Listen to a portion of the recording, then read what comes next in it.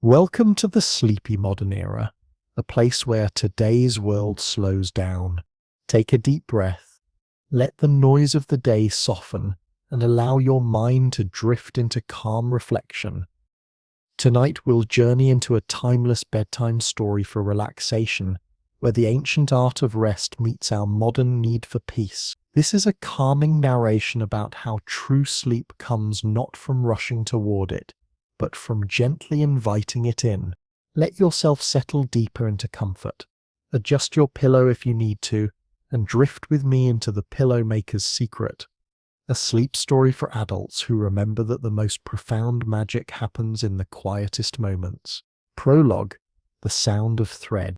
In a time before screens cast their blue glow into bedrooms, before notification sounds interrupted dreams, before the world learned to hurry through everything, including rest, there existed a lane so quiet that even the moonlight seemed to tiptoe down it.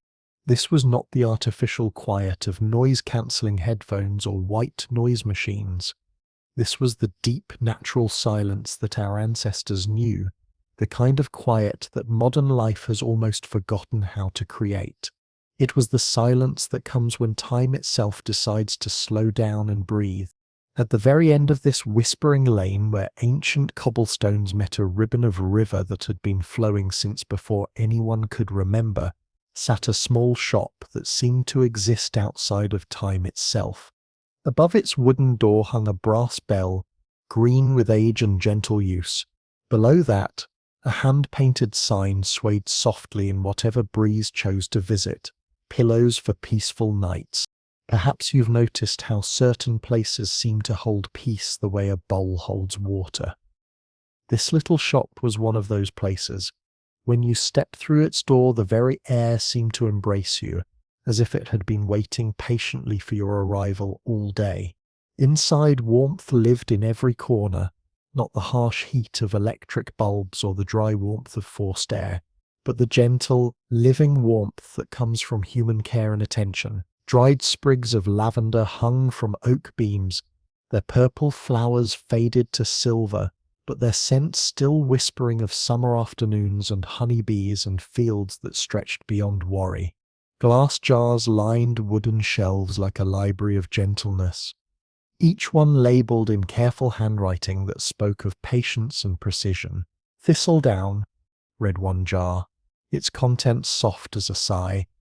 "Evening hush," said another, holding what looked like captured twilight. "First snow silence," promised a third, containing something that seemed to absorb sound rather than make it. And there on the highest shelf, where the lamplight barely reached, sat a jar labelled Seaside Murmurs, filled with what sounded like distant waves when the light caught it just right.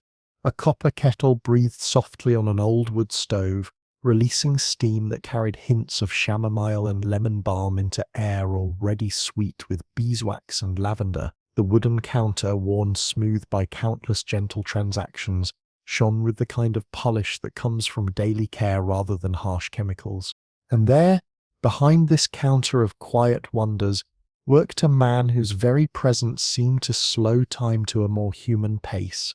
His name was as simple as his smile, Emery. When he sewed, which he did with the focus that our modern world has almost forgotten how to cultivate, you could hear the faintest sound. It was like a violin played far away behind a hill, or like wind moving through tall grass, or like the first few notes of a lullaby that your grandmother might have hummed when you were small and the world was safe.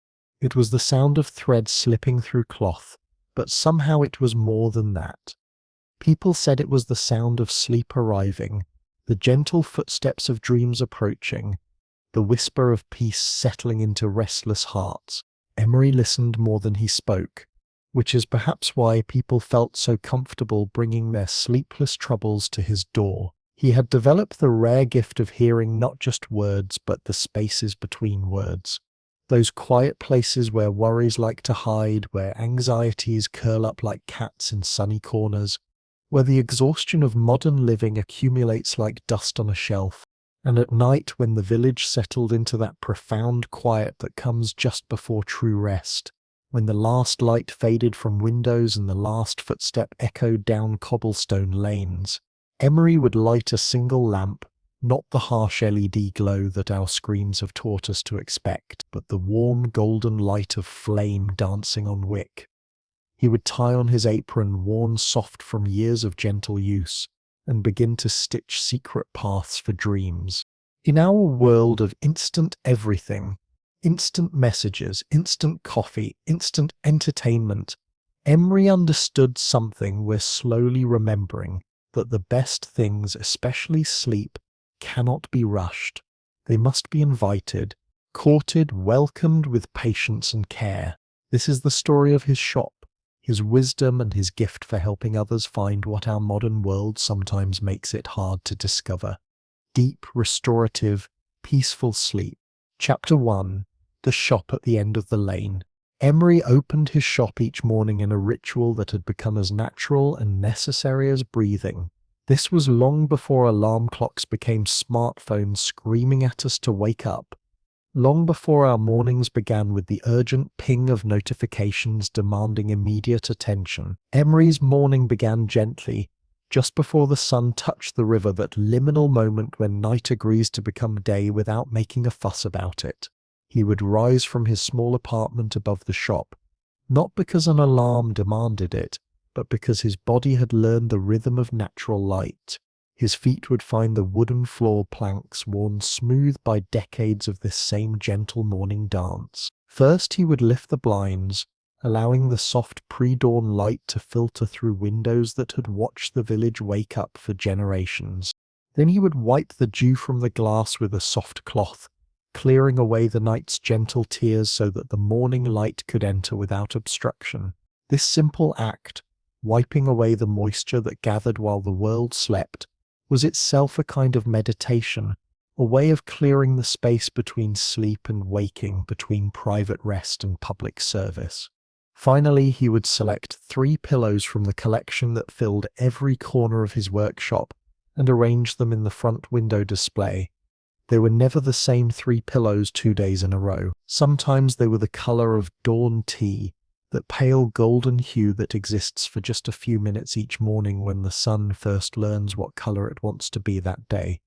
Sometimes they looked like the belly of a cloud, soft grey-white and promising gentle weather. Other times they resembled the pale shell of an egg, cream and ivory, and the faintest suggestion of blue, like hope just beginning to hatch.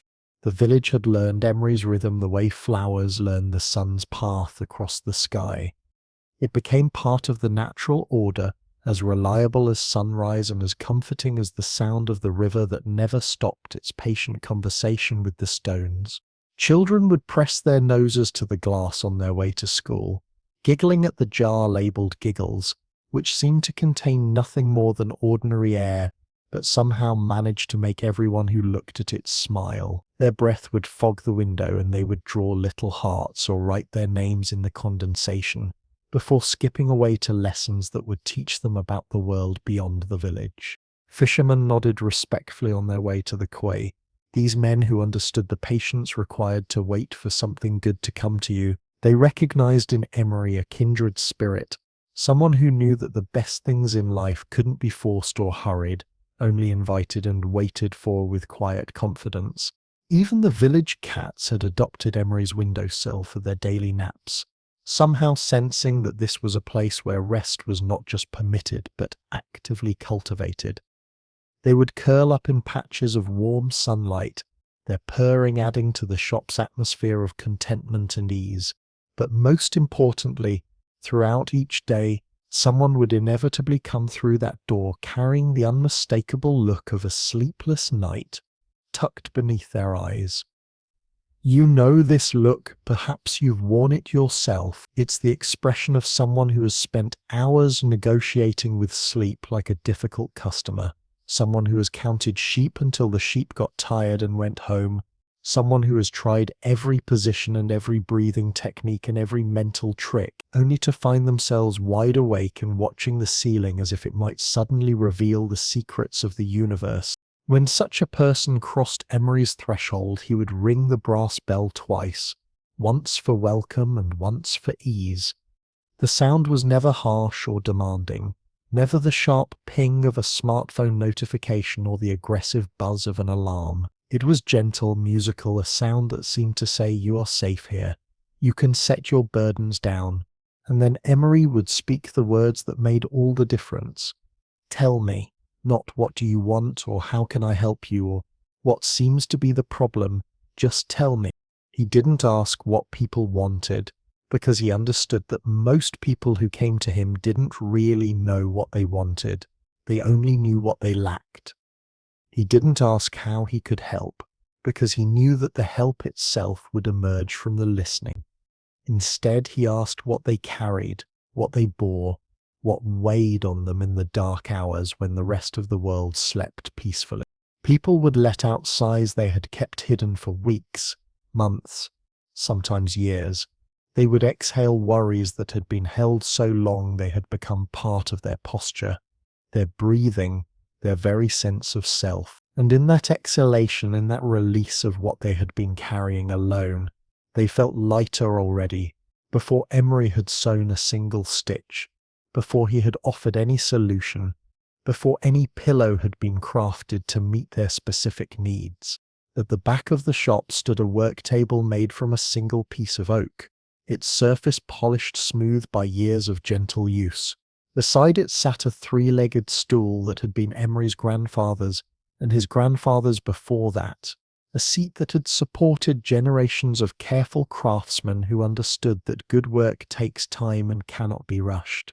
Here, surrounded by spools of thread in every colour that existed and some that seemed to exist only in this shop, Emery would sit and listen to the stories that people brought him. Not just the words they spoke, but the stories their bodies told. The way shoulders carried tension, the way hands fidgeted with worry, the way eyes darted as if searching for rest that had gone into hiding. Emery's hands were steady from years of practice, his stitches small and precise from understanding that details matter, especially when those details are meant to comfort someone in their most vulnerable moments. When he needed to think, which was often because each person who came to him presented a unique puzzle of sleeplessness that required its own unique solution, he would pour tea. Chamomile most days for its gentle way of loosening the knots that anxiety ties in the mind. Lemon balm on rainy days when the weather seemed to press worries closer to the surface. Sometimes peppermint for clarity, sometimes lavender for peace, sometimes just hot water with honey, when what someone needed was sweetness more than medicine. While the tea steeped, Emery would stare out the window at the river that flowed past his shop with the persistence of all natural things that know their purpose. The river had been there before the village, before the shop, before Emery's family had settled in this place 3 generations ago. It would be there long after all of them were gone, carrying its patient conversation with the stones, its gentle argument with the banks, its eternal negotiation between staying and going. Watching the river reminded Emery of something essential that our modern world often forgets, that the best things in life follow their own rhythm, not the rhythm we try to impose on them. The river couldn't be hurried by human impatience or slowed by human laziness. It simply flowed as it always had, as it always would, following laws older than civilization and more reliable than technology. This understanding that natural rhythms exist independent of human urgency was perhaps Emery's greatest gift to the people who sought his help. In a world that was beginning to move faster each year, that was starting to demand immediate responses to every question and instant solutions to every problem, Emery's shop remained a place where time moved at the speed of genuine care. Here in this sanctuary of slowness, people could remember what they were slowly forgetting, that healing takes time, that rest cannot be forced, that peace must be cultivated like a garden with patience, attention, and the deep understanding that the best things grow slowly, in their own time, according to their own inner wisdom. And so Emery would sit at his work table, hands busy with needle and thread, eyes occasionally drifting to the eternal conversation between river and stone, while his ears remained tuned to the much more temporary but equally important conversation between worry and hope, that each of his visitors brought to his door. In this way, day after day, season after season, Emery practiced the ancient art of meeting people exactly where they were, without judgment or urgency, and helping them find their way to the rest that every human heart craves, but that modern life makes increasingly difficult to find. Chapter 2: Ingredients for a... Not every pillow in Emery's shop was the same, because not every night is the same, and certainly not every sleeper carries the same burdens to bed. In our modern world, we've become accustomed to one-size-fits-all solutions. The same mattress for everyone, the same sleeping pills, the same advice to just relax, as if relaxation were a switch that could be flipped rather than a skill that must be learned and practiced. But Emery understood what we're slowly remembering, that true comfort, real rest, genuine peace, these things must be tailored to the individual heart, crafted to meet specific needs, created with the particular person in mind. Just as no two people worry about exactly the same things in exactly the same way, no two people require exactly the same kind of comfort to find their way to sleep. Emery did not stuff his pillows with anything you could buy by the bale or order online with next-day delivery. The modern world offers us convenience, but Emery offered something rarer: appropriateness. Each ingredient he used had been chosen not for its availability or its price, but for its particular ability to soothe, to calm, to invite the kind of deep rest that heals both body and spirit. From Mrs. Henderson, the shopkeeper across the square who had been selling fabric longer than most people could remember, Emery bought linen in colours that had names like poetry. There was soft doves, a grey so gentle it seemed to absorb harsh light rather than reflect it. There was morning mist, a white that held just a hint of blue like the sky just before dawn decides what weather to bring. There was autumn butter, a yellow so pale it whispered rather than announced itself. These were not the bright synthetic colours that demand attention or the stark whites that assault tired eyes. These were colours that had learned to be quiet, colours that understood their job was not to stimulate but to soothe, not to excite but to embrace. From the mountain wind that swept down into the valley each evening, Emery collected down from thistles and milkweed. This was work that required patience.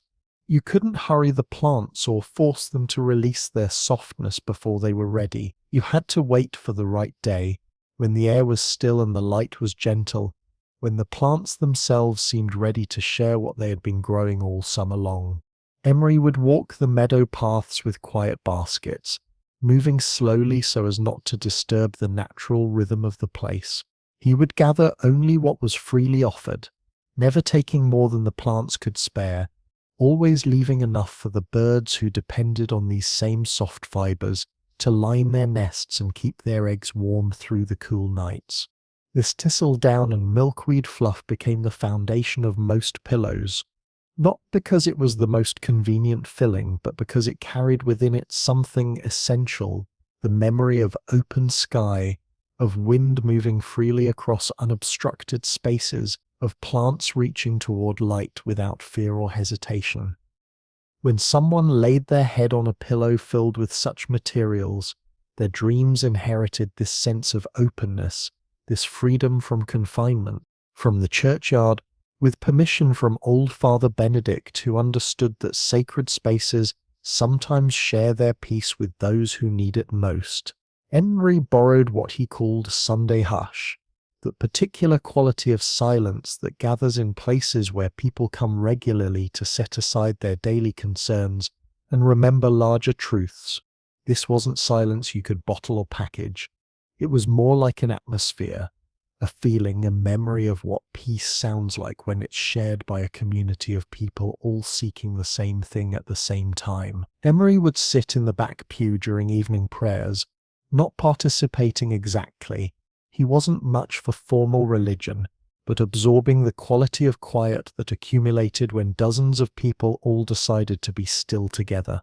He would carry small squares of the softest cloth to these gatherings, letting them absorb not the words of the prayers, but the silence between the words, the hush that falls when people stop talking and start listening for something larger than their individual concerns. Later, he would sew these cloth squares into the hearts of pillows destined for those whose insomnia came not from physical discomfort, but from spiritual restlessness, from the deep human need to feel connected to something meaningful and lasting.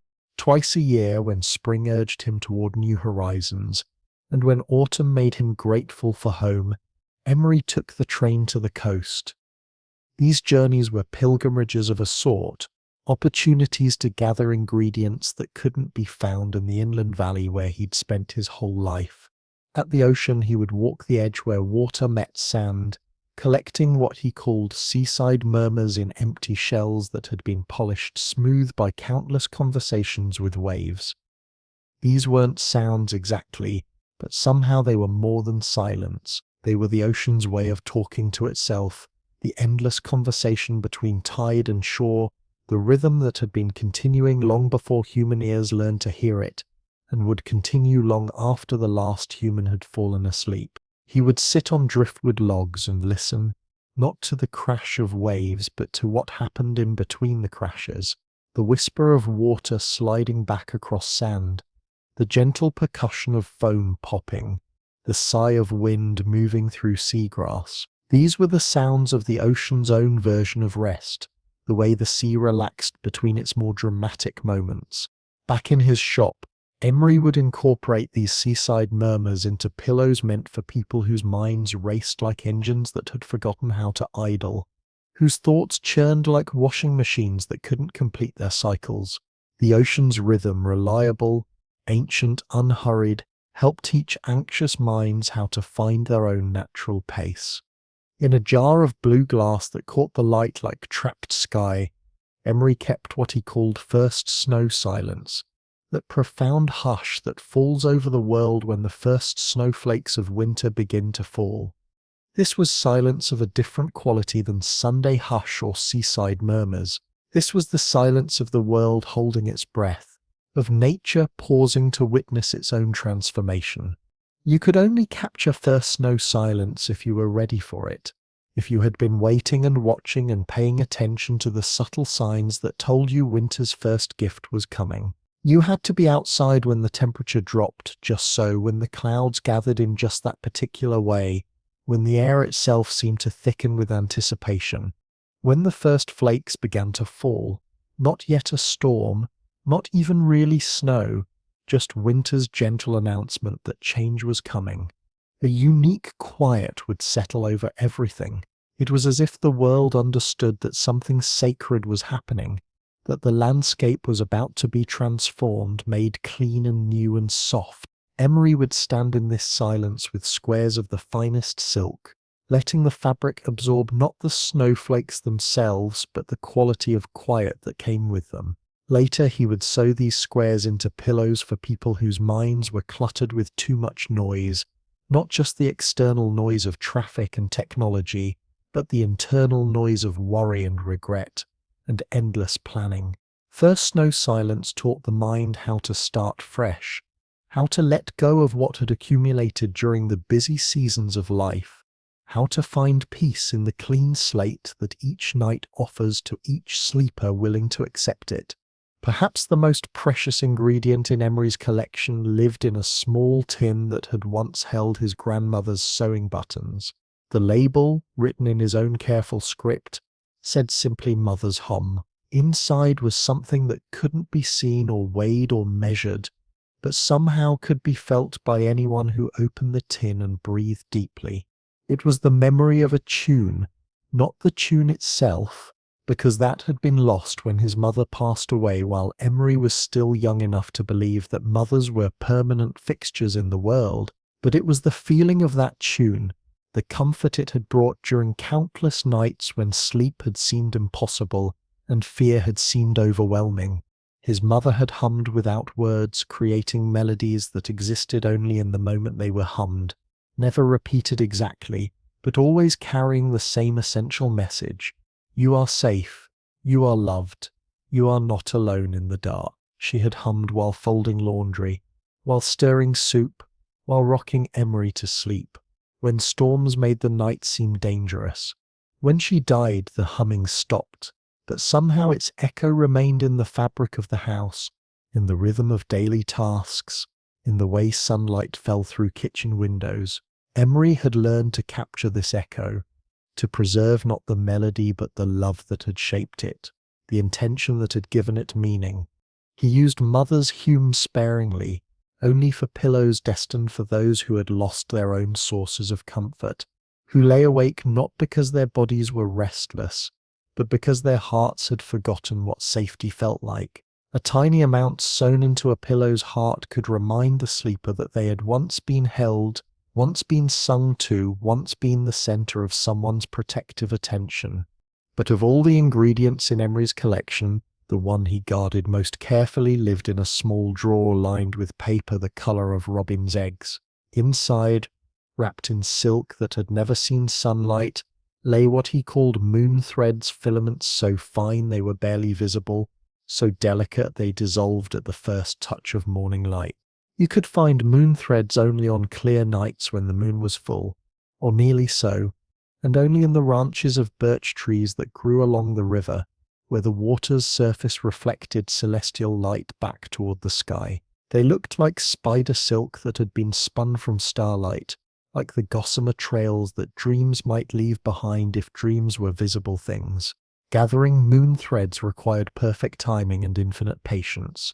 You had to wait for the right night, clear skies, full moon, no wind to disturb the delicate strands. You had to approach the birch trees as quietly as a cat approaching prey, because any sudden movement, any harsh sound, any disruption of the night's perfect balance would cause the threads to vanish like thoughts interrupted by urgent phone calls. When conditions were perfect and your approach was gentle enough, you might find a dozen trees decorated with these ethereal strands, each one catching moonlight and holding it like a prism holds sunlight. You gathered them with a touch lighter than breath, winding them carefully onto small spools made from hollow reeds, always conscious that you were handling something that existed at the very edge between the physical and the spiritual worlds. Moon threads were what made Emery's pillows truly magical. Sewn into the very heart of each pillow in patterns that followed the sleeper's particular needs, they created pathways for dreams to follow, bridges between the conscious and unconscious minds, gentle guides that helped lost sleep find its way home. A pillow might need 3 ingredients, or 4 or 7.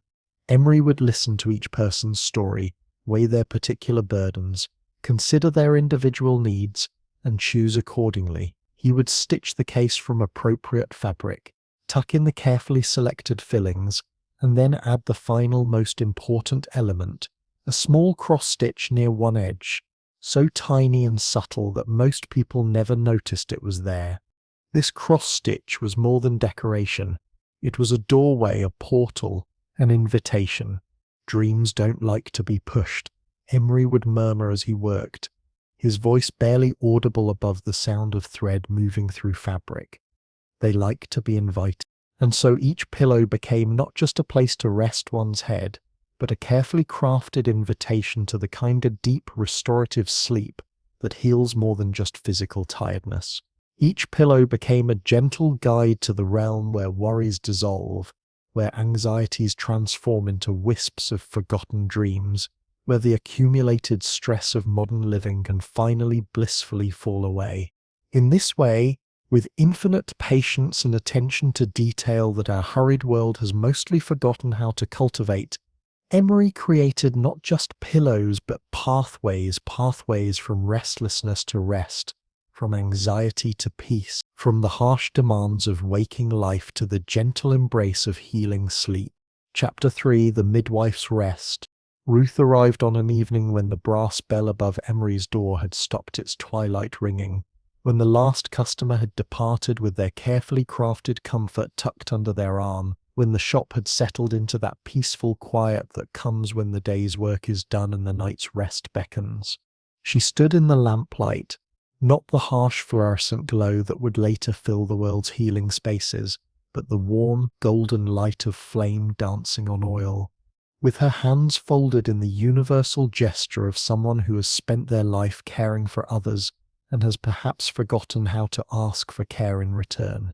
Ruth was the village midwife, a woman who had helped more babies enter the world than she could count, who had held more mothers' hands during their most vulnerable moments than anyone else in memory.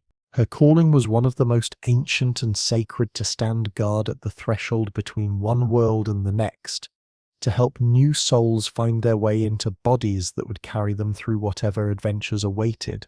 But tonight, in the soft sanctuary of Emery's shop, surrounded by jars of captured comfort and shelves lined with the promise of peaceful sleep, Ruth looked smaller somehow, more fragile, like a candle that had been burning steadily for so long that the wax had begun to pool dangerously around the flame. "I sleep," she said, her voice carrying the particular exhaustion of someone whose work never truly ends, whose rest is always interrupted by the urgent needs of others. "But I do not rest." Emery recognized this immediately, the distinction between the physical act of closing one's eyes and lying still, and the deeper, more elusive state of true rest that allows the spirit as well as the body to recover from the day's demands. In our modern world, we've largely forgotten that these are different things, that you can sleep without resting, just as you can be awake without truly being present.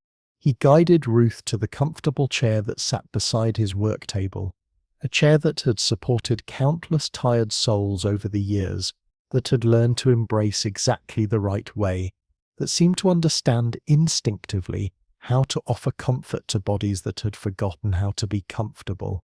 While the kettle sang its evening song on the old wood stove, Emery poured tea into cups that had been warmed by the day's gentle heat. Chamomile tonight, with honey from bees that had spent their summer visiting flowers that grew wild in meadows where time moved slowly and nothing was ever urgent. He listened as Ruth told him about her work, the long nights of waiting while labor progressed at its own mysterious pace, the sudden joy when cries that might have been distress transformed into the celebration of new life, the profound satisfaction that came from helping families welcome their newest members into the world. But she also spoke of something else, something that many people who work in helping professions understand but rarely discuss. The way those cries, even the joyful ones, sometimes lingered in her ears during the walk home. The way her body had learned to be constantly alert, always listening for the sound that meant she was needed, always ready to drop everything and hurry towards someone else's urgent need. Her sleep, when she managed to achieve it, was light and fragmented, punctuated by phantom cries that turned out to be wind in the trees or cats calling to each other in the darkness. Her dreams were populated by the faces of mothers she'd helped, babies she'd delivered, families she'd guided through one of life's most profound transitions. "What do you remember most?" Emery asked gently. "From the nights that were easy." This was one of Emery's gifts, asking not about the problems but about the moments when problems hadn't existed, not about what was wrong, but about what had once been right. In our age of constant problem-solving, we've forgotten the wisdom of focusing on what works, what soothes, what brings natural peace.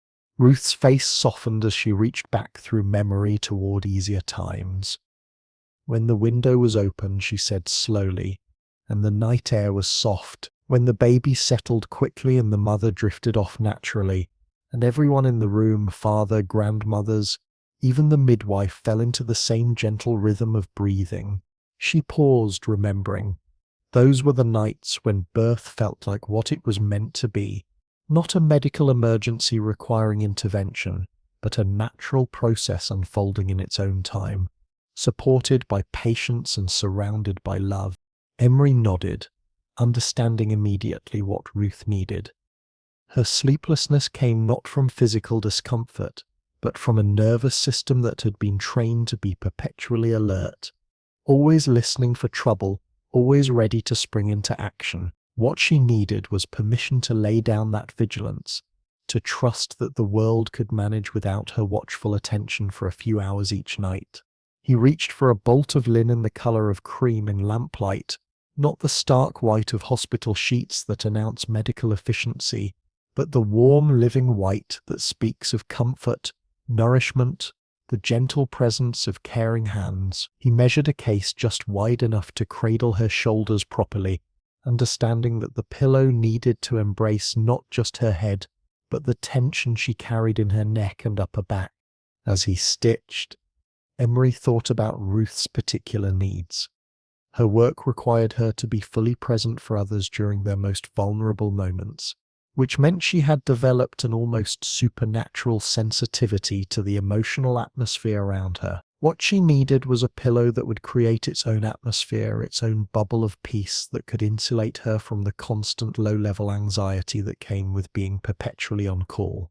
Into the pillowcase went the lightest thistledown he had, gathered from plants that grew in the meadow where morning mist lingered longest, where the air itself seemed to have learned the art of gentle floating.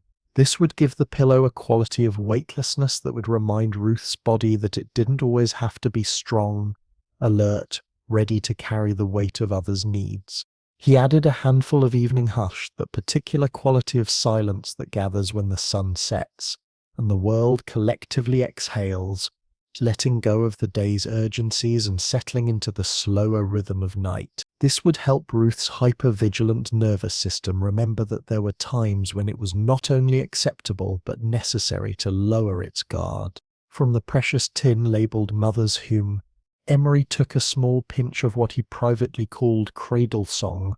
Not an actual melody, but the feeling of melody, the memory of what it was like to be sung to sleep by someone whose only job in that moment was to help you rest. He worked this into the pillow's heart, where it would radiate its gentle comfort throughout the long hours of night.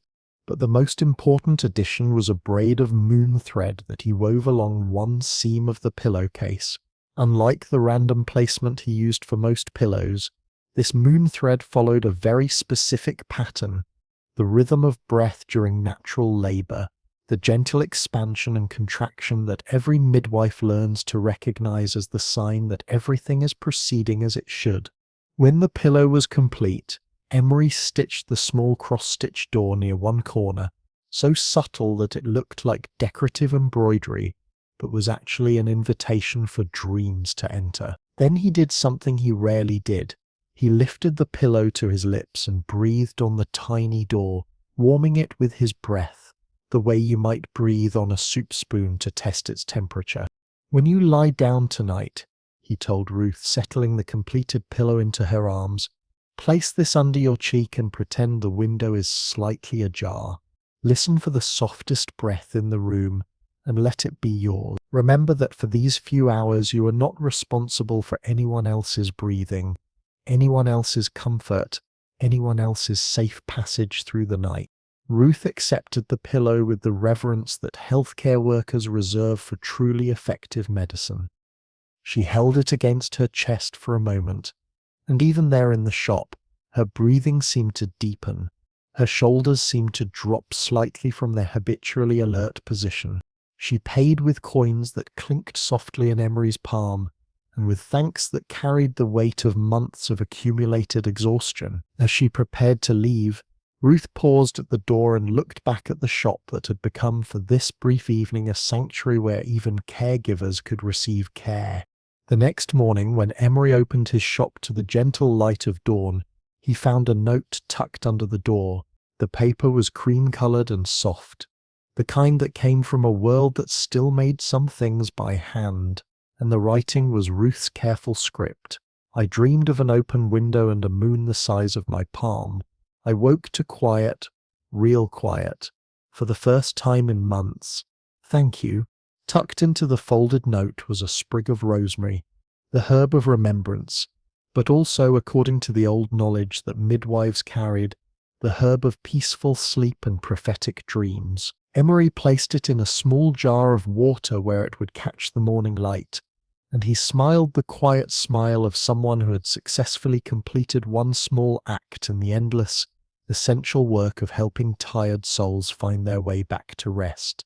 In this way, one pillow at a time, one carefully crafted invitation to peace at a time, Emery practiced his own version of midwifery, helping people give birth not to new life but to new rest, guiding them through the vulnerable transition from wakefulness to sleep, standing guard at the threshold between the day's demands and the night's gentle embrace.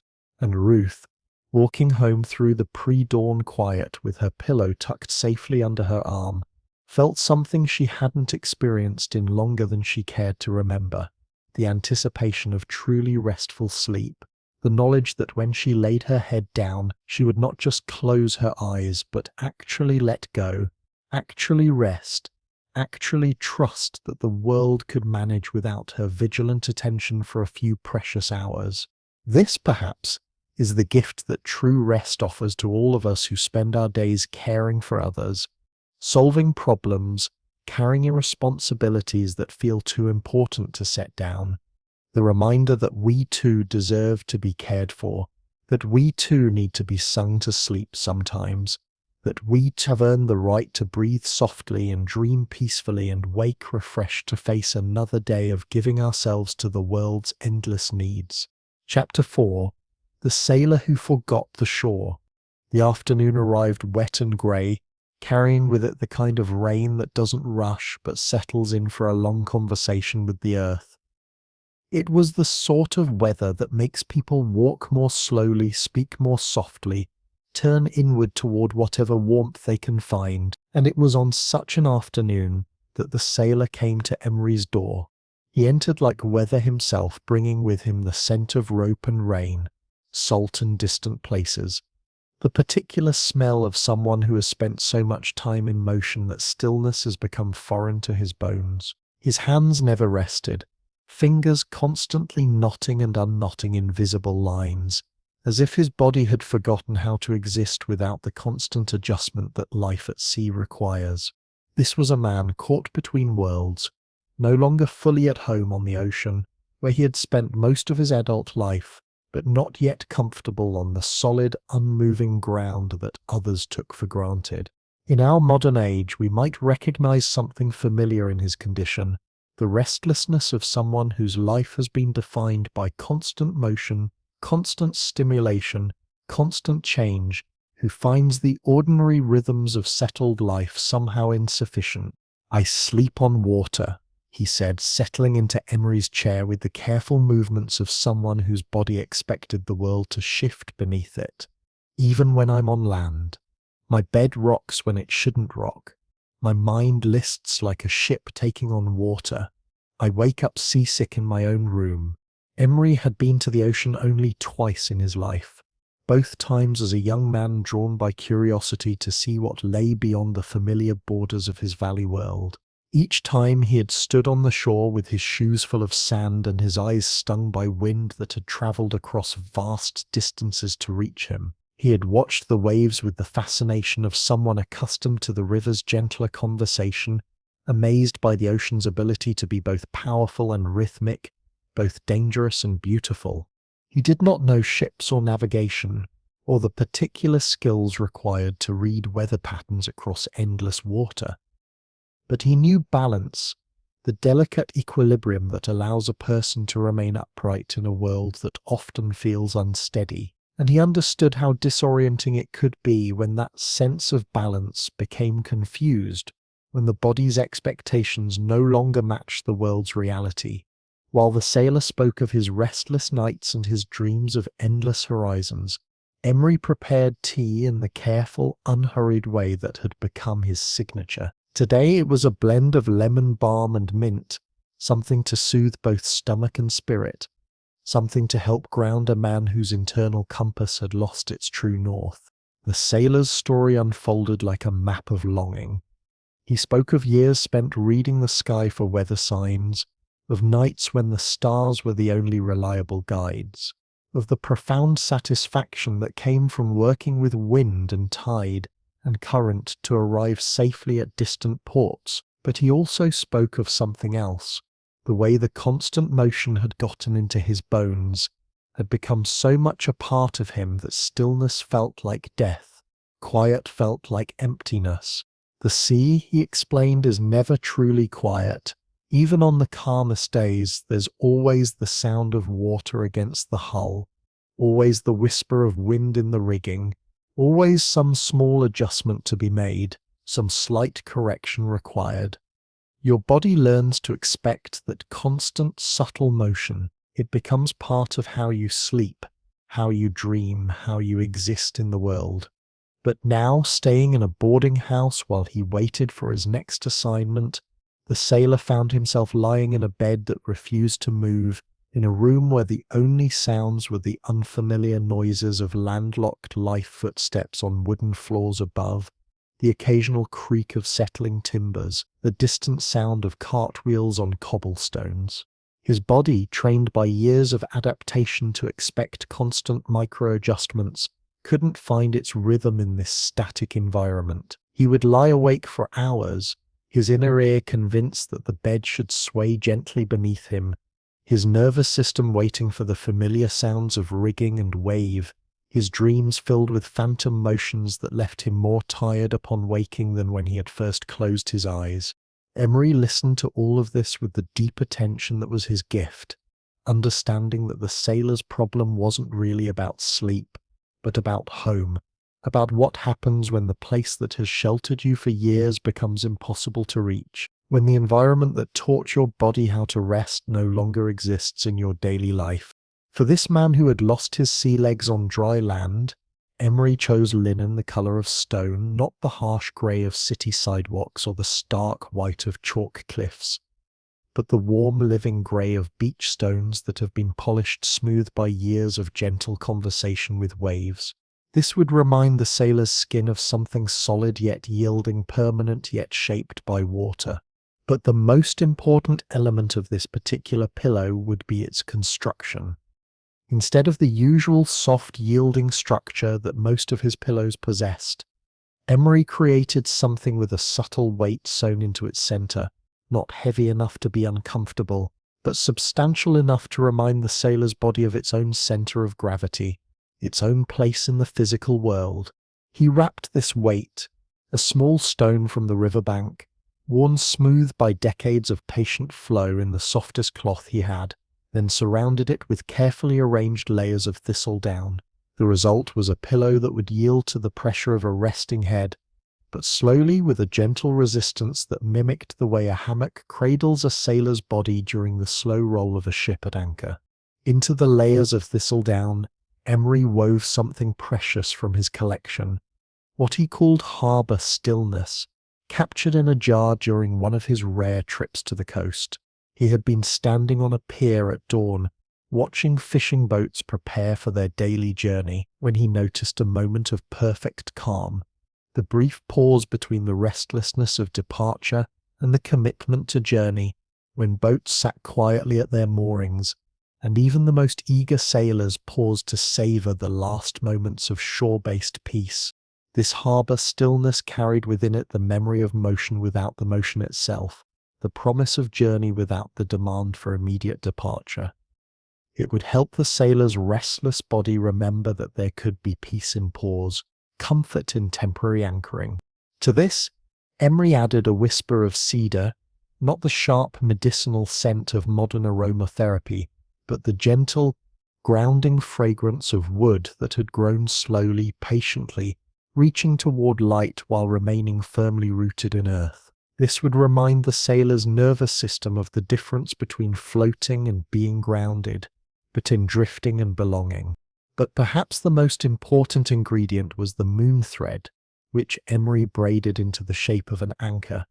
Not the heavy iron anchor of ships, but the symbolic anchor of hope, the reminder that even the most far-traveling vessel eventually chooses to stop, to rest, to find safe harbor.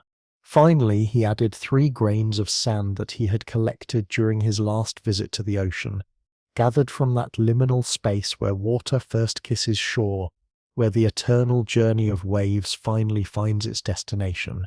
These tiny fragments of the meeting place between sea and land would remind the sailor that every journey, no matter how far it travels, eventually comes home. When the pillow was complete, Emery held it for a moment, feeling its unique weight, its particular balance between yielding and resistance. Then he spoke to the sailor with the gentle honesty that was his trademark. "This will not stop the world from moving," he said, offering the pillow with both hands in the gesture of someone presenting a gift rather than completing a transaction. "But it will teach your breath to be your tide. Out and in and out, steady as waves but gentler. And it will remind you that the shore, some shore, is always there even when you can't see it. Even when you're too tired to remember that every journey eventually leads to rest." The sailor accepted the pillow with hands that finally stilled, holding it against his chest as if testing its weight, its promise, its potential to restore the balance he had lost somewhere between sea and land. He paid Emery with coins that had travelled further than most people ever would, currency that carried the patina of distant ports and foreign exchanges. Days later, he returned not to buy another pillow, but to leave something on Emery's counter. A small knot tied with the precision that comes only from years of practice, square and neat and perfectly balanced. It was a sailor's way of saying thank you, a gift from someone whose art was the art of holding things together under pressure, of creating security in the midst of motion. "For luck," he said simply, and the brass bell rang once as the door closed behind him, a single clear note that seemed to carry the sound of wind in rigging, the whisper of water against a hull, the gentle sigh of a sailor who had finally temporarily found his way to shore. Emery picked up the small knot and examined it with the appreciation of one craftsman for another's work. Here was skill applied to the simple task of joining two ends together, creating something stronger than either piece could be alone, fashioning security from what had once been loose and separate. He placed the knot on the shelf among his other treasures, the jars of captured quiet, the spools of thread in colours that had names like prayers, the accumulated gifts from grateful souls who had found in his shop not just pillows but pathways back to peace. And that night, as Emery closed his own eyes and settled into his own rest, he thought about the sailor somewhere in the village, learning to sleep on solid ground, teaching his body to find its rhythm without the ocean's constant motion. He thought about the pillow that would hold him steady while teaching him to sway, that would ground him while honoring his need to move, that would offer him the gift of rest without asking him to forget who he was or where he had travelled. This perhaps is one of the deepest challenges of modern life, learning to find peace in stillness when our lives have been defined by motion, learning to rest when our identities have been built around constant activity, learning to be present in one place when our hearts have learned to live in the spaces between destinations. The sailor's pillow was Emery's answer to this modern dilemma, not a denial of the need for journey, but a recognition that even the most restless soul sometimes needs to drop anchor, to find safe harbour, to remember that the most important voyage is often the one that leads us back to ourselves, back to rest, back to the simple human capacity for peace that exists independent of where we are or how far we've travelled to get. Chapter 5. The House of Quiet Rooms. Spring's first warm evening brought with it the scent of possibilities, apple blossoms opening to moonlight, grass growing brave enough to push through winter's last patches of snow, the general sense of the world waking up from its long, cold sleep and stretching into new life. It was on such an evening that a father and his young daughter stepped through Emery's door, carrying with them that particular combination of hope and exhaustion that parents know so well, the look of adults who love their children deeply, but have been worn thin by the endless negotiations that family life requires. The child's eyes were bright with curiosity, taking in the jars of mysterious contents, the spools of thread that caught lamplight like captured rainbows, the general sense of magic that seemed to live in every corner of the shop. But beneath her curiosity lay something else, a weariness that spoke of too many difficult nights, too many hours spent lying awake while her mind created problems that daylight would later prove were never really there at all. Her father's eyes held the particular tiredness of a parent who has tried everything: gentle reasoning, firm boundaries, warm milk, soft music, extra bedtime stories, earlier bedtimes, later bedtimes, and found that love alone, no matter how abundant, sometimes isn't enough to solve the mysteries of childhood sleep. "I'm fine during the day," the child announced with the directness that children possess before the world teaches them to be indirect about their needs. "But at night my mind makes big shapes on the ceiling. I try to shrink them, but they just grow bigger." Emery knelt to her height, understanding instinctively that conversations about fear require equal eye level, that looking up at adults while trying to explain the contents of your nighttime fears puts you at a disadvantage from the start. "What do these shapes look like?" he asked, his voice carrying the gentle curiosity of someone who had never forgotten what it felt like to be small in a world designed for bigger people. "Sometimes they look like hills," she said, her hands gesturing to show size and movement. "Sometimes like mountains with holes in them, dark holes that might have things living inside, and sometimes they're just shadows that want to turn into dragons. But I can't tell if they're friendly dragons or the other kind."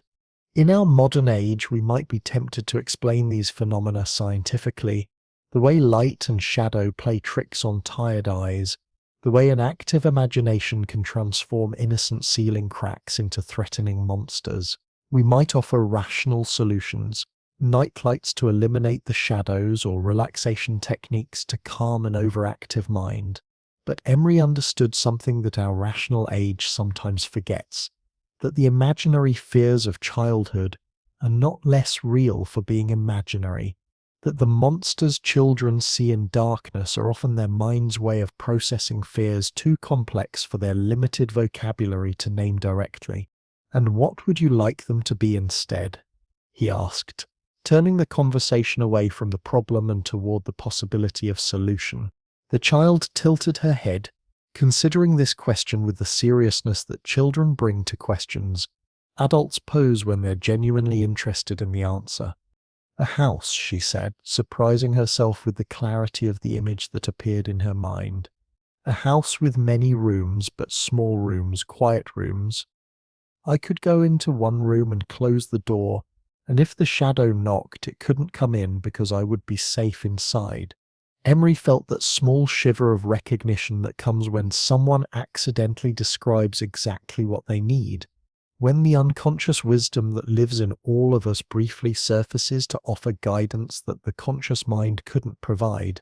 This child didn't need her fears to disappear. She needed to feel powerful in relation to them. She didn't need the shadows to stop existing. She needed safe spaces where she could retreat when the shadows felt too large or too threatening. He took down linen the color of early morning fog, not quite white, not quite grey, but something softer than either, something that held light without reflecting it harshly. This would create a visual environment that was neither stark nor dark, neither demanding nor empty.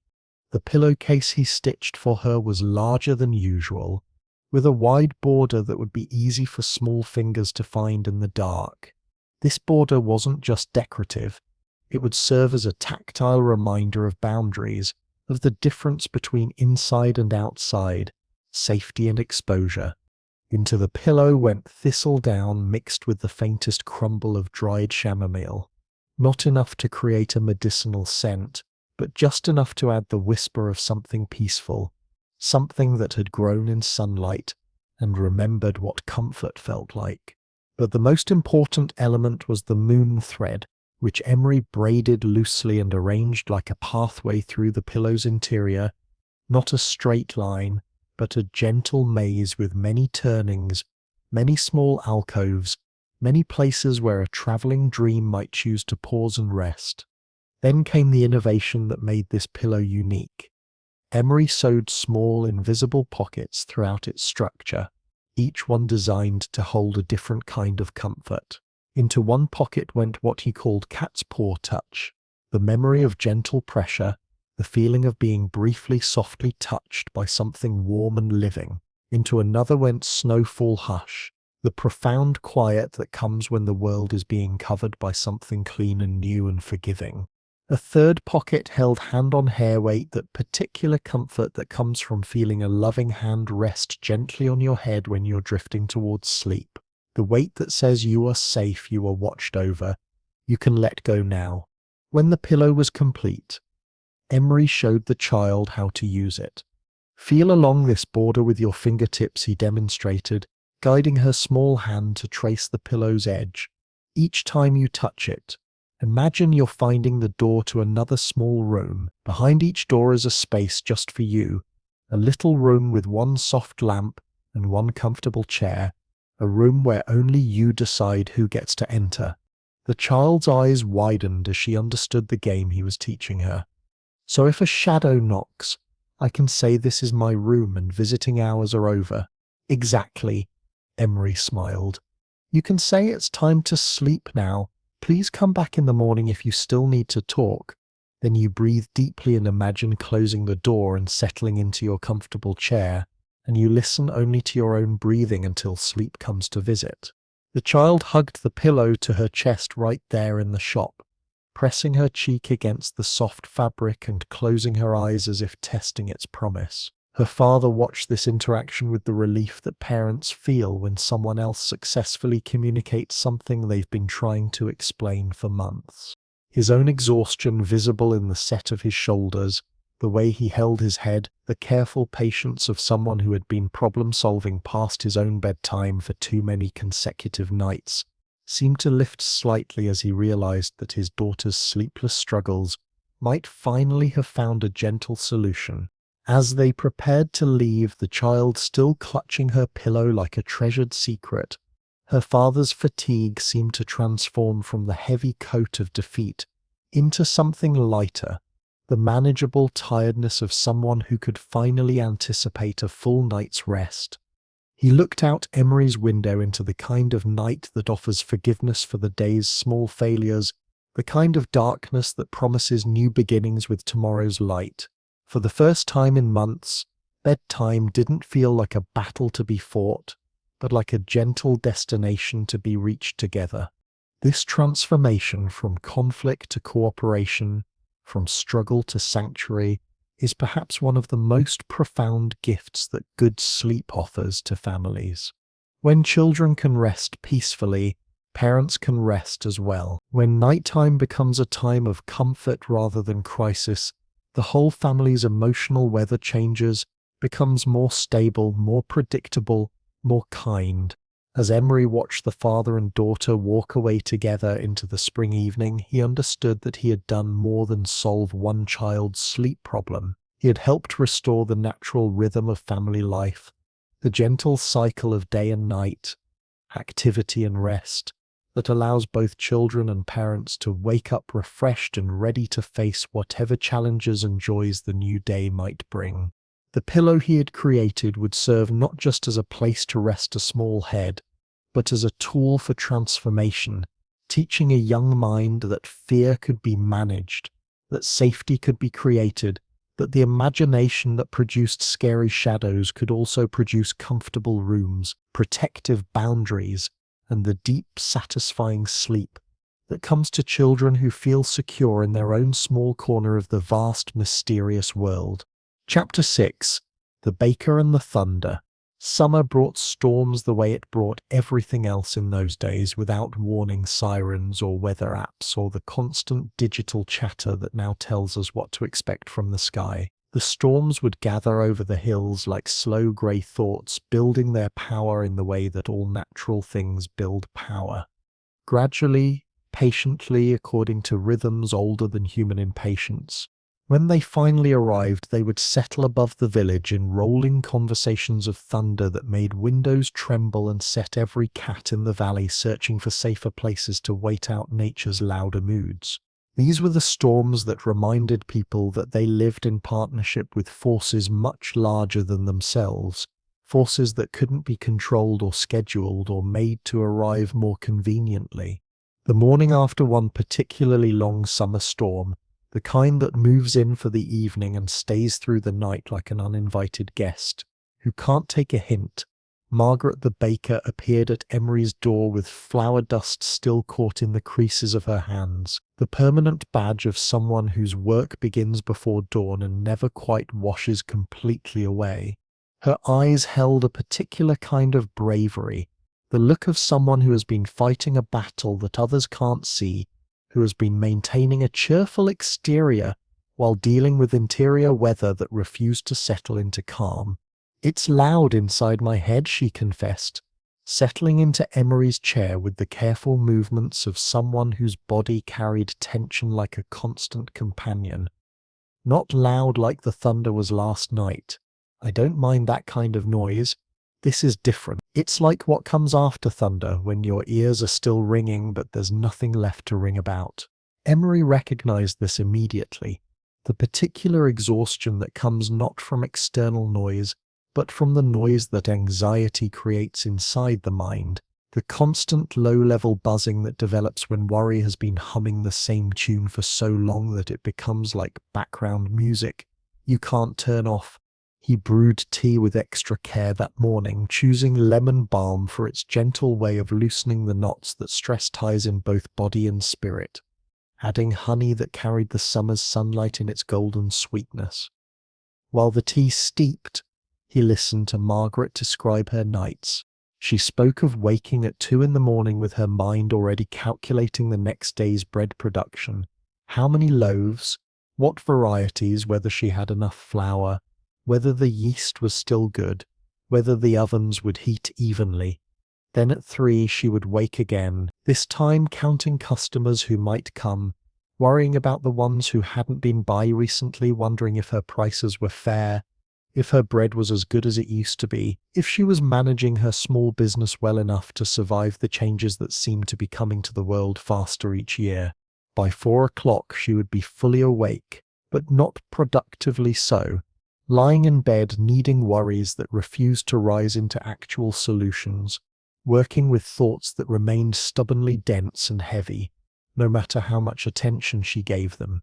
This pattern had been going on for months. Ever since the spring when 2 new competitors had opened shops in neighboring villages, ever since she had begun to notice that the world outside her valley was changing at a pace that made her traditional ways of doing business feel suddenly uncertain. "Tell me about your favorite time in the bakery," Emery said gently, steering the conversation away from the problems and toward the places where peace still lived in Margaret's life. Her face immediately softened, the worry lines around her eyes relaxing as she reached toward happier memories. "Early morning, just before dawn, when I'm the only person awake in the whole village. The ovens are warming, the dough is rising, everything smells like possibility.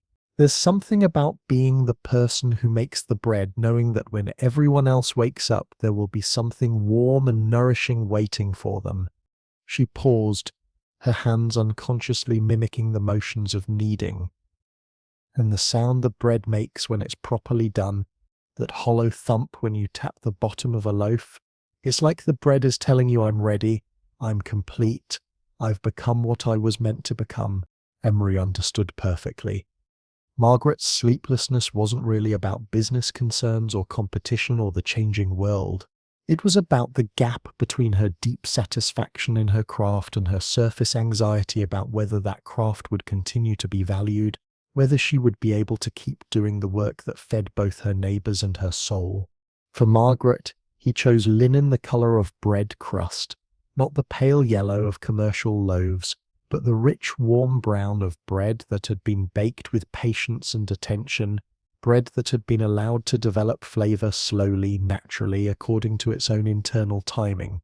He backed this with fabric the color of fresh cream, not the stark white of commercial dairy products, but the living ivory of cream that remembered being part of something larger, that carried within it the memory of grass and sunlight, and the patient contentment of cows who had grazed in fields where time moved at the speed of seasons rather than the speed of anxiety. For the filling, Emery mixed thistledown with a small handful of what he called first snow silence, that profound hush that falls over the world when winter's first flakes begin to fall, when the familiar landscape prepares to transform itself into something clean and new and forgiving. This silence, crumbled fine and distributed evenly throughout the pillow, would teach Margaret's restless mind how to find the pause between thoughts, the space where worry could dissolve back into the simple awareness that had existed before the worry learned to speak. He braided moonthread into a spiral, not tight like anxiety, but loose and resting like dough that has been kneaded just enough and now needs only time and gentle warmth to rise into its full potential. But the most special ingredient was something Emery kept for rare occasions, what he called after-rain smell, captured on a spring evening when he had been standing on the bridge, watching worms emerge from the earth in the gentle aftermath of a storm, when the whole world seemed to exhale with gratitude for the water that had washed the air clean and settled the dust that accumulates during the busy seasons of life.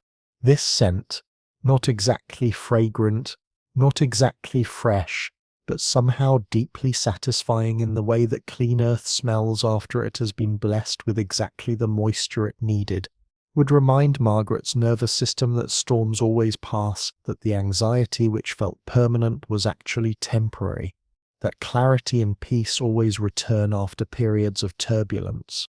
This pillow, Emery explained as he stitched the tiny door that would allow dreams to enter, is not for fighting the noise in your head. It's for remembering that you make beautiful, necessary things, and that the world needs what you offer. The buzzing will get quieter when it realizes that your hands know what they're doing, that your heart knows why it does this work, that bread will rise tomorrow just as it rose today. When Margaret returned a week later, she brought with her a gift that spoke volumes about the transformation that had taken place in her inner weather. It was a round loaf of bread with a hole in the center exactly the size of a small moon, still warm from the oven, fragrant with the satisfaction that comes from work done well and with love. "For your kettle," the note tucked beside it read, though they both knew the bread was really a thank you for something much larger than practical assistance. It was gratitude for the restoration of faith, faith in her own competence, faith in the value of her work, faith in the possibility that anxiety could be temporary while satisfaction could be lasting. The bread smelled like the kind of morning that forgives yesterday's small failures and offers today as a fresh opportunity to do good work, to feed people, to contribute something essential to the ongoing life of the community. As Emery sliced the still warm bread and shared it with his evening tea, he reflected on the particular satisfaction that comes from helping someone remember what they already knew but had temporarily forgotten. That good work done with attention and care is its own reward. That the world's changes, however rapid, cannot diminish the value of feeding people well.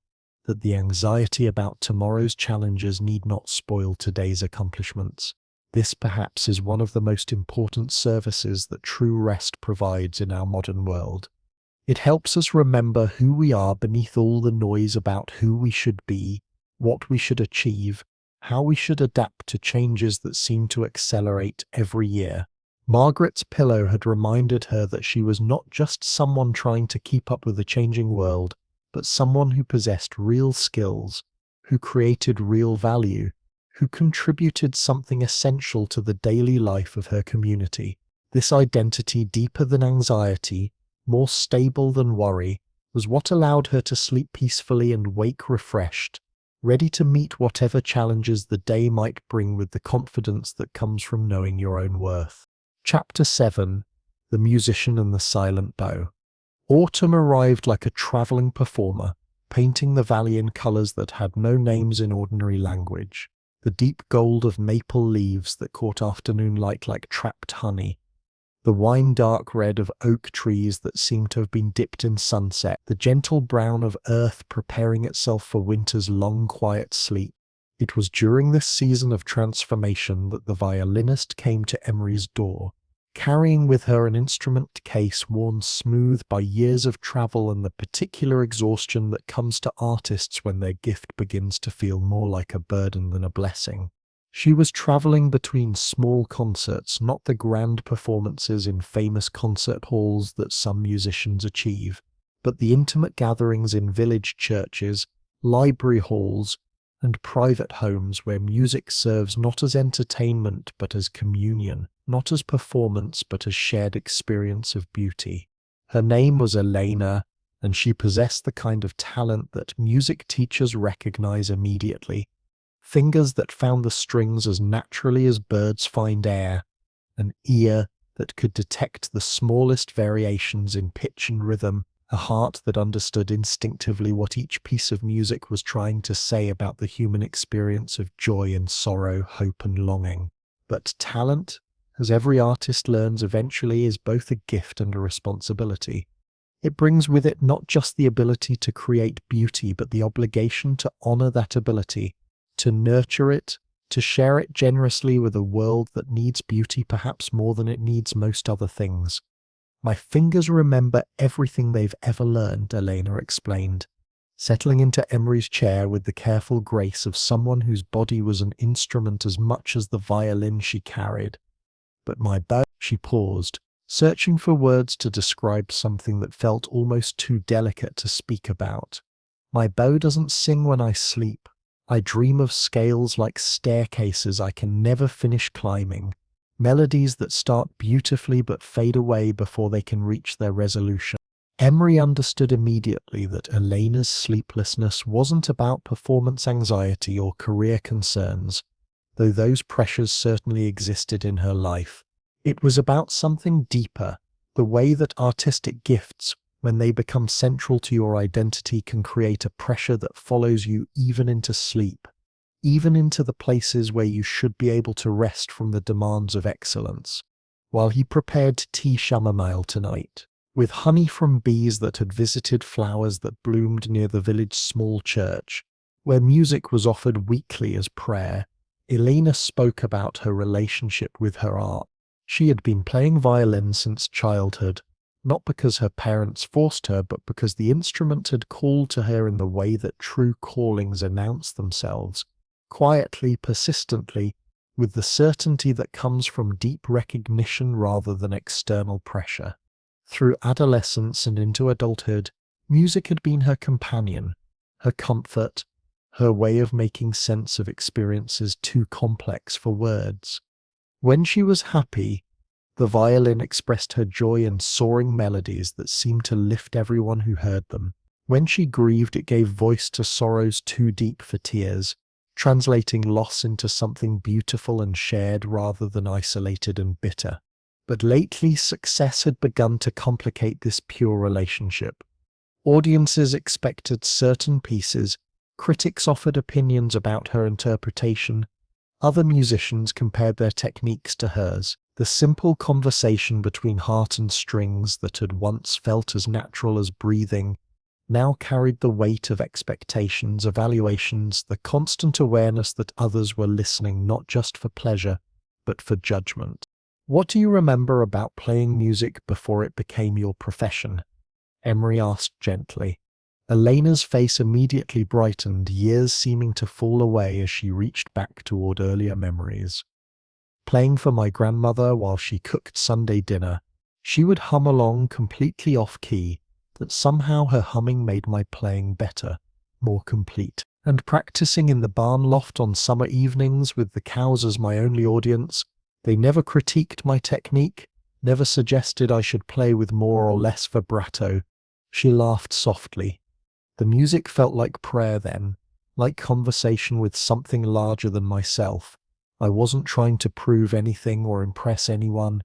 I was just participating in beauty, adding my voice to the eternal song that I felt flowing through everything. For Elena, Emery chose linen, the color of stage lights when the auditorium is empty, when the space holds only potential rather than performance pressure. A warm golden color that suggested illumination without exposure, visibility without vulnerability. Into the pillow's heart went Thistledown, mixed with something precious from his collection, Opera House Hush, gifted to him years ago by a stagehand who had worked in theaters for 40 years and had learned to recognize the different qualities of silence that gathered in performance spaces. This particular silence was the hush that falls over a concert hall in the moment, just before the first note is played, when the audience collectively holds its breath, when anticipation has reached its peak, but anxiety has not yet had time to develop, when everyone present shares the same hope that something beautiful is about to happen. To this, Emery added a single strand of horsehair from a broken violin bow, not Elena's bow, but one that had been donated by another musician who understood that sometimes our tools carry memories that can comfort other artists facing similar struggles. This horsehair, coiled gently within the pillow's soft interior, would remind Elena's sleeping mind of the physical connection between musician and instrument, the way intention travels through arm and wrist and finger to create sound that carries emotion across space and time. But perhaps the most important element was a moon thread that Emery tied into the shape of a treble clef, not perfectly formed because perfection in art can become a prison, but recognizable, a symbol that honored her gift while reminding her that music exists in the spaces between the notes as much as in the notes themselves. "This pillow is tuned," Emery explained as he completed the final stitches, "not to any particular pitch, but to the silence that exists before music begins, the space that allows music to have meaning. It will remind your bay that rest is part of the song, that the pauses between phrases are as important as the phrases themselves." Elena accepted the pillow with tears that surprised her, clean, small tears that artists sometimes cry when they realize they've been carrying burdens they didn't need to bear, trying to solve problems that weren't really problems but simply part of the natural rhythm of creative life. She pressed the pillow against her chest, and even there in the shop, her breathing seemed to deepen, her shoulders to release the tension that had been accumulating like rosin dust on violin strings played too intensely for too long. 2 weeks later she returned, not to buy another pillow, but to leave a small gift on Emery's counter, a concert ticket carefully preserved though the performance it had admitted her to was already past. "A seat saved for someone who couldn't attend," she said softly, "but should have been there in spirit." Emery understood. Elena had played a concert where she felt the presence of all the supportive listeners she'd ever had, her grandmother humming off-key in the kitchen, the patient cows in the barn loft, even Emery himself, whose gift of restful sleep had restored her ability to approach her art with joy rather than anxiety. He kept the ticket in his pocket that evening, not because he regretted missing the performance, but because he rarely left his shop after dark, preferring the gentle rhythm of his own quiet evening routine. But he sat in his kitchen with the ticket nearby and listened to the wind make its own music on the edges of his roof, understanding that he had participated in Elena's concert after all, in the way that all acts of care and attention participate in the beauty they make possible. This perhaps is one of the most important gifts that rest offers to creative people. It helps them remember that their art exists, not in isolation but in relationship with audiences, with tradition, with the eternal human need for beauty and meaning. Elena's pillow had reminded her that her violin was not a tool for proving her worth, but a voice for expressing her participation in the ongoing human conversation about what it means to be alive, to feel deeply, to find beauty even in difficulty, to offer that beauty as a gift to others who might need it. When she could approach her music from this place of service rather than performance, of gift rather than achievement, her bow began to sing again, not just during waking hours but in her dreams as well, where melodies unfolded with the natural grace that comes to art when it remembers its true purpose, not to impress or compete, but to heal, to comfort, to remind us all that beauty exists and that we are capable of both creating it and receiving it. Chapter 8. The Lantern Night.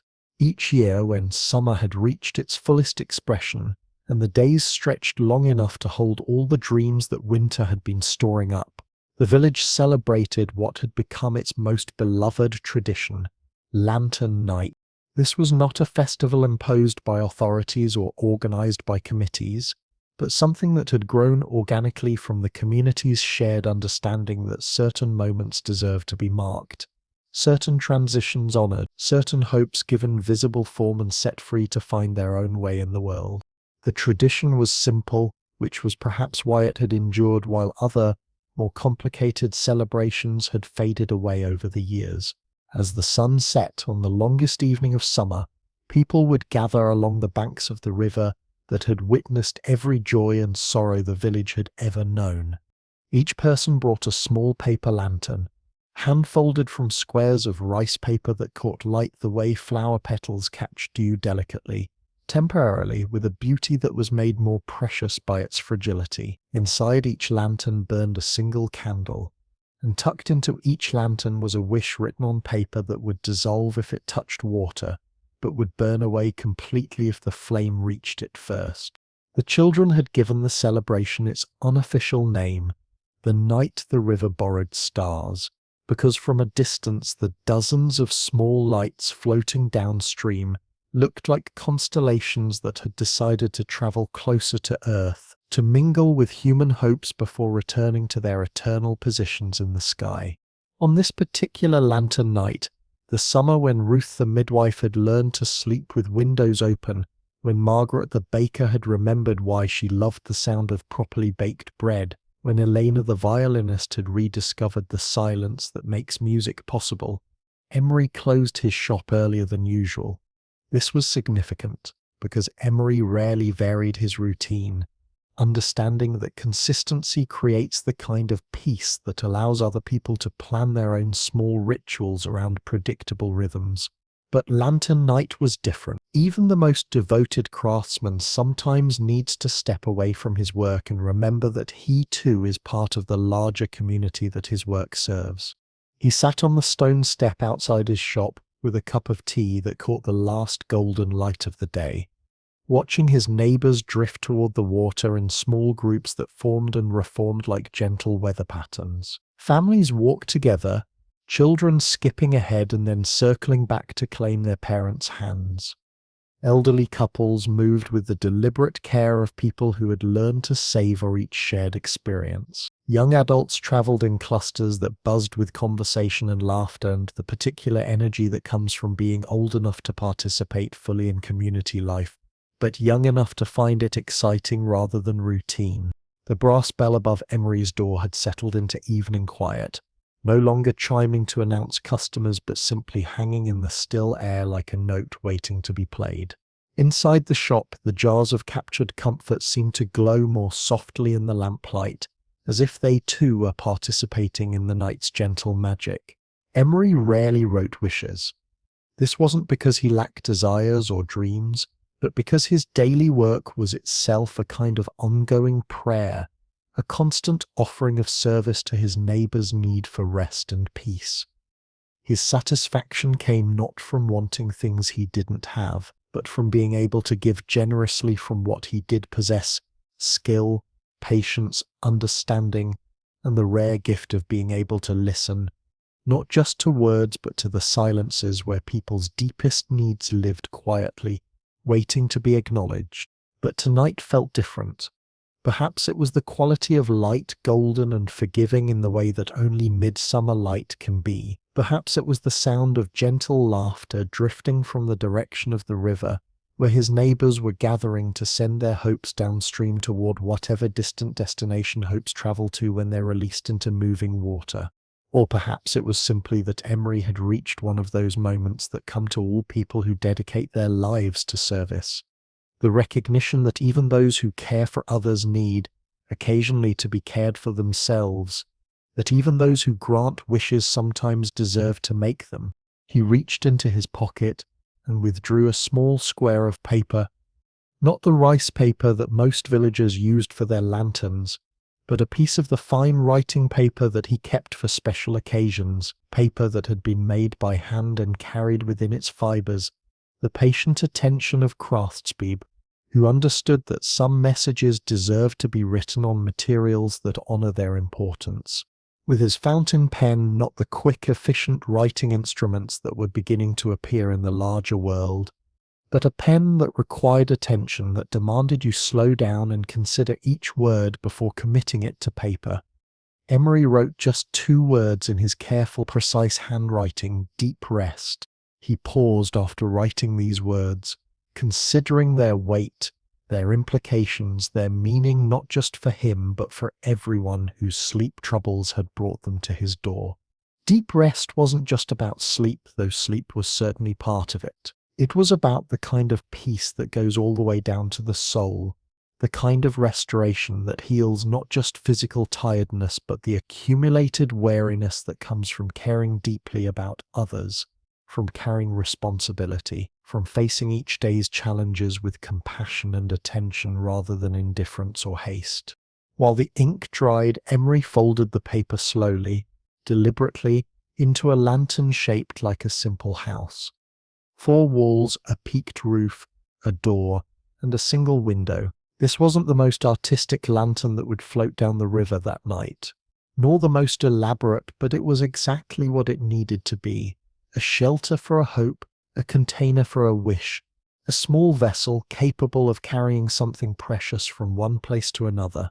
When full darkness had settled over the valley like a gentle blanket, Emery walked down to the river where his neighbors had gathered in the soft democracy of shared ritual. There were no assigned places, no formal organization, just people standing together along the bank, each holding their own small light, each carrying their own private hopes while participating in something larger than individual desire.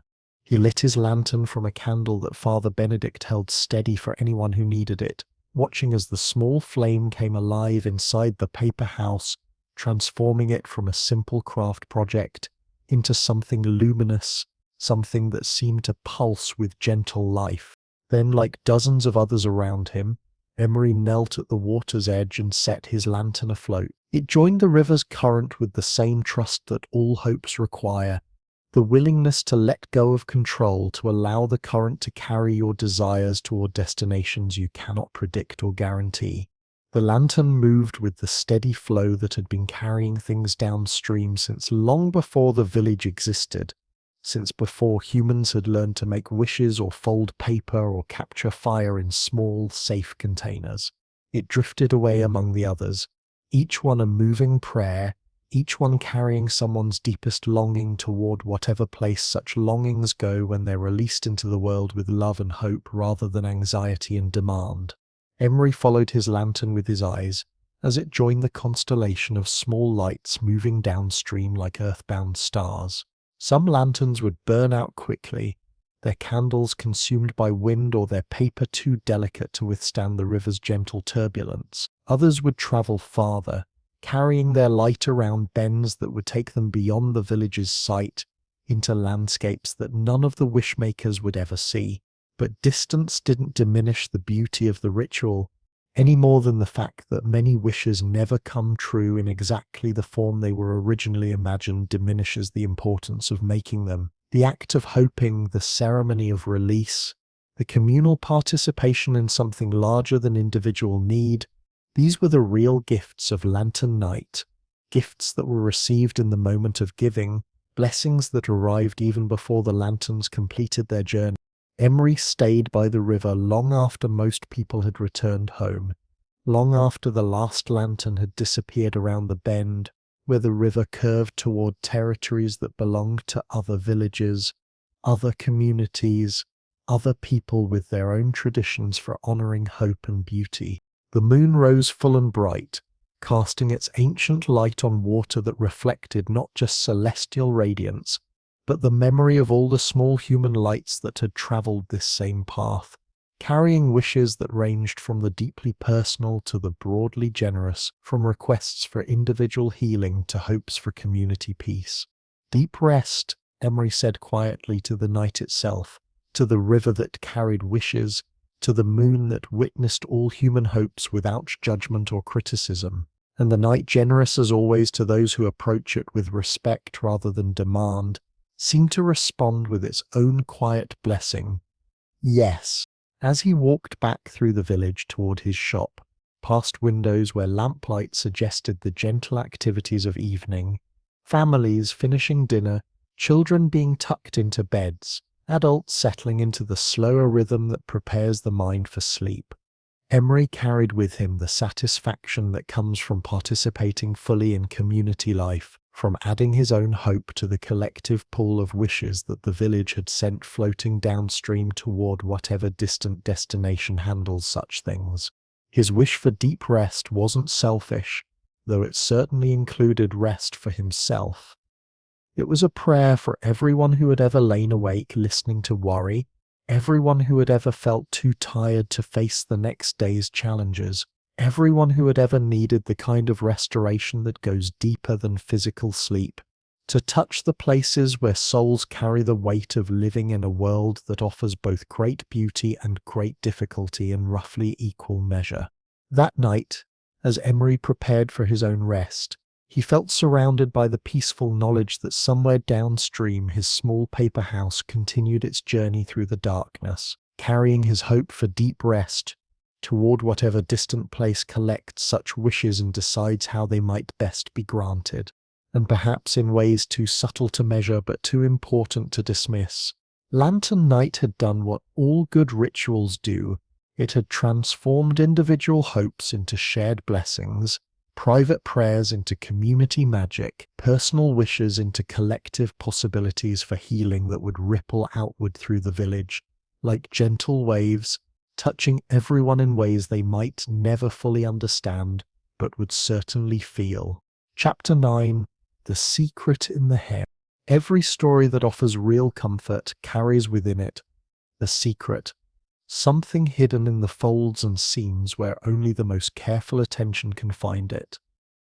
Just as tailors hide their most essential work in the places where fabric joins fabric, where strength must be invisible but absolute, the true power of Emery's pillows lived not in their obvious qualities, the softness of thistledown, the gentle colors of hand-chosen linen, the careful selection of comfort-bringing ingredients, but in something much more subtle, much more personal, much more profound. Secrets often live in hems, in the places where fabric is folded back upon itself to create the boundaries that give shape to shapeless things. And Emery's secret lived in the final hem of every pillow he created, in the last seam he stitched, in the tiny knot that tied off each thread and held everything together.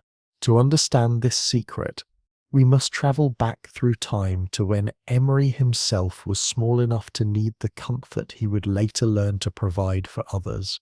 In those days, before he had learned to listen to the spaces between words, before his hands had discovered the rhythm of thread moving through cloth, before he had understood that the deepest healing often comes through the simplest acts of care and attention, his mother, whose name was Rose, though everyone called her Rosie because her laugh was as bright and uncomplicated as a child's, worked at the village laundry where the river's clear water was harnessed to beat clean into cloth that had absorbed the daily lives of everyone in the community. It was hard work that left her hands wrinkled even on dry days, work that required strength and stamina, and the kind of patience that comes to people who understand that cleanliness, like most good things, cannot be rushed. But Rosie brought to her work something that transformed labor into art, necessity into gift. She sang while she worked, not songs with words that might distract her from the careful attention that proper laundering required, but wordless melodies that seemed to rise from her heart the way steam rises from hot water, naturally and without effort or intention. These weren't songs she had learned from books or heard from traveling musicians. They were melodies that existed only in the moment they were hummed, tunes that were never repeated exactly, but always carried the same essential message, that work done with love is different from work done from duty alone, that even the most humble tasks can become forms of prayer when approached with the right spirit. When Rosie hung sheets on the lines that stretched between tall poles behind the laundry, she would hum melodies that matched the rhythm of fabric snapping in the breeze.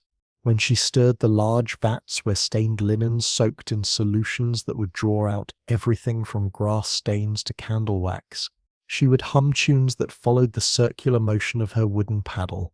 And when she folded the clean, dry clothes that would return to their owners carrying not just cleanliness but the memory of care, she would hum with the gentle precision that folding requires, the attention to edges, the respect for the way fabric wants to lie, the understanding that proper folding is itself a form of blessing, a way of sending clothes back into the world ready to serve their owners well. Young Emery would often fall asleep to the sound of his mother's evening humming as she finished the day's work in the kitchen, adjacent to their small living space. She would move between tasks, setting bread to rise for tomorrow's breakfast, mending a tear in one of Emery's shirts, to preparing the simple meal that would restore their energy after the day's labor. And with each task came its own wordless melody, each one perfectly suited to the rhythm and mood of what needed to be done.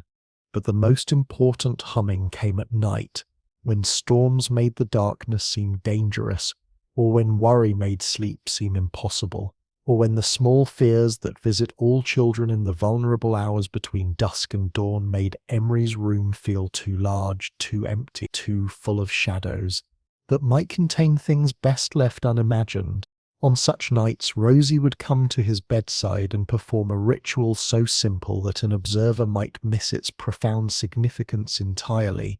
She would not lie down beside him or pick him up, or offer elaborate explanations about why fears were unnecessary. Instead, she would simply rest her hand near his ear, not touching because sometimes the lightest touch is the most powerful, and begin to hum. These bedtime melodies were different from her working songs. They moved more slowly, more gently, following rhythms that matched the natural processes of settling into rest. They rose and fell like the breathing of someone who is completely at peace, like waves lapping against a shore so gently that each small sound adds to quietude rather than disturbing it. Most importantly, these melodies carried within them the unmistakable message of safety. You are not alone in the dark. You are watched over by someone who loves you. You can let go of the day's worries and the night's fears because someone else is keeping watch, someone else is holding the space for your rest. Under the influence of his mother's gentle humming, Emery would feel his body begin to relax in stages. First his feet, then his legs, then his arms and shoulders. Finally, his face and the tight places around his eyes where worry liked to gather even in childhood. The familiar melody would wrap around him like an invisible blanket, creating a cocoon of sound and safety that made sleep not just possible, but inevitable.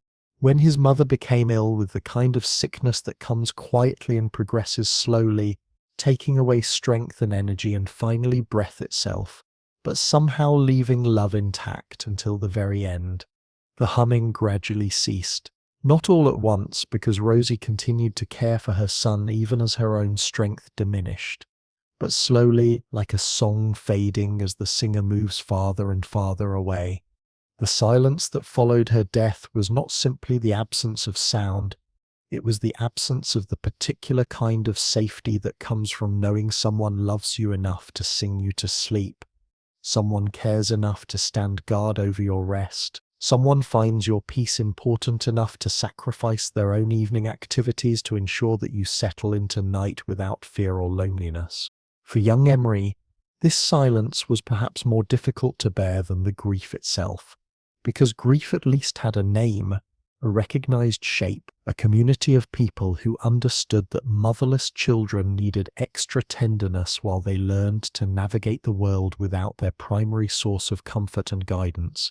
But the loss of those bedtime melodies, the absence of that gentle humming that had taught his nervous system how to transition from the alertness of day to the surrender of night. This was a kind of bereavement that had no name, no acknowledged shape, no community of understanding. Sleep began to hide from Emery the way wildlife hides from hunters, sensing danger and staying safely out of reach. Without his mother's humming to guide him through the transition from wakefulness to rest, bedtime became a lonely negotiation with darkness and silence, and the thousand small fears that multiply when there's no loving presence to remind you that you are safe, you are watched over, you are not navigating the night alone. It was during this period of sleepless struggle that Emery first discovered the comfort that could come from working with needle and thread. Not because anyone taught him to sew, his mother had been too busy with the laundry to have time for such lessons, and his father had left the village years earlier, following opportunities that seemed more important to him than the family he left behind. No, Emery learned to stitch because he was searching for something, though he couldn't have articulated what that something was if anyone had asked. He was looking for the place where his mother's humming had gone, the realm where comfort lived when it wasn't actively being offered, the source from which safety and peace and gentle guidance could be drawn, even by someone who no longer had access to their original provider. Stitches, he discovered, were like little roads across fabric, pathways that connected one place to another, bridges that joined separate pieces into unified wholes. Working with thread and needle required the same kind of attention that his mother had brought to her, humming careful, patient, focused on the task at hand, but somehow connected to something larger than the task itself. And gradually, through practice and attention and the kind of learning that happens through the hands rather than the mind, Emery began to understand something important about the relationship between making and meaning, between craft and comfort, between the work of creating and the deeper work of healing. He discovered that the last thread tied at the end of a seam was more than just a practical necessity to keep the stitches from coming undone. That final knot was like a small container, a tiny vessel capable of holding intentions, memories, wishes, blessings, all the intangible things that make the difference between something that merely functions and something that truly serves. This discovery came not through instruction but through experimentation, not through theory but through the kind of direct experience that teaches truths too subtle for ordinary language to capture. Emery began to whisper into the final knots of his practice pieces, not words exactly, but breath-carrying intention, voice carrying the memory of his mother's humming, translated into a form that his own throat could produce. And something remarkable began to happen. The fabric he worked with started to feel different under his hands, warmer somehow, more alive, as if it had absorbed not just the technical skill of proper stitching, but the emotional intention that had guided the stitching from beginning to end. When he began making pillows for others, first as a young apprentice learning the trade, later as the inheritor of a shop that had served the village for generations, Emery carried this discovery into his professional work. Into every final knot he whispered not instructions or commands, not cures or corrections, but simple invitations. It's safe to rest now. You are allowed to go soft. You can keep your worries in the morning basket. The night will carry you. These weren't magical incantations or mystical formulas.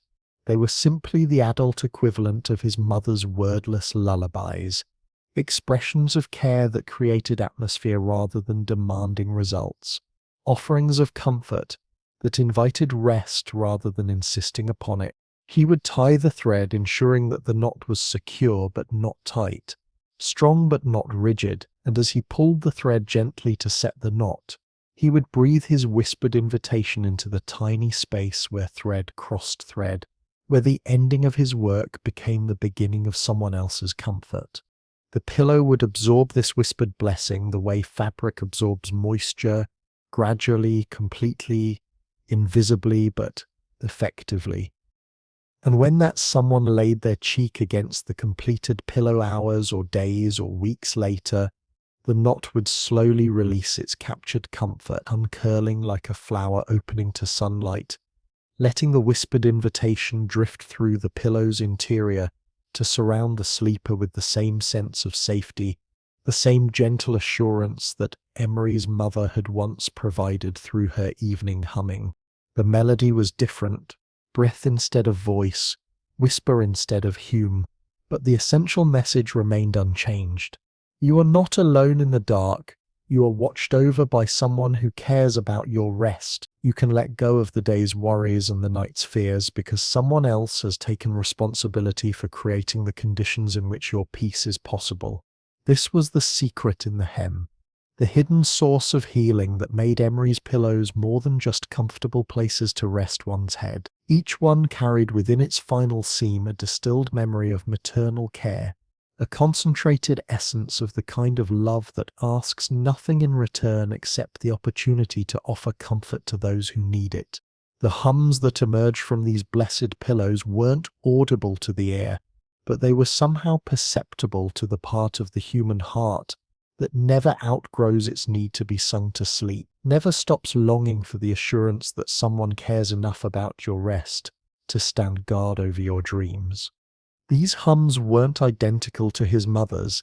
They couldn't be because they came through Emery's hands and heart and breath rather than through Rosie's voice and presence and direct touch, but they were related to those original lullabies the way cousins are related to each other, part of the same family, carrying the same essential DNA of comfort and care, expressing the same fundamental understanding that everyone, regardless of age or independence or strength, sometimes needs to be reminded they are safe, they are loved, they are not required to face the darkness alone. In this way, through countless tiny knots tied in countless final seams, through hundreds of whispered invitations breathed into thread that would hold those whispers like prayer beads hold prayers, Emery had found a way to continue his mother's work of bringing comfort to those who needed it most. The form was different. Pillows instead of songs, whispers instead of hums, thread instead of voice, but the essence remained unchanged. The understanding that true comfort comes not from the elimination of difficulty, but from the presence of love, not from the absence of challenges, but from the assurance that we don't have to face those challenges alone, not from guarantees that nothing will ever go wrong, but from the deep, abiding knowledge that when things do go wrong, there will be comfort available, there will be rest possible, there will be gentle voices, whether heard or felt, reminding us that we are valued, we are cared for, we deserve peace. This was why Emery's pillows worked not just as comfortable objects, but as sources of genuine healing.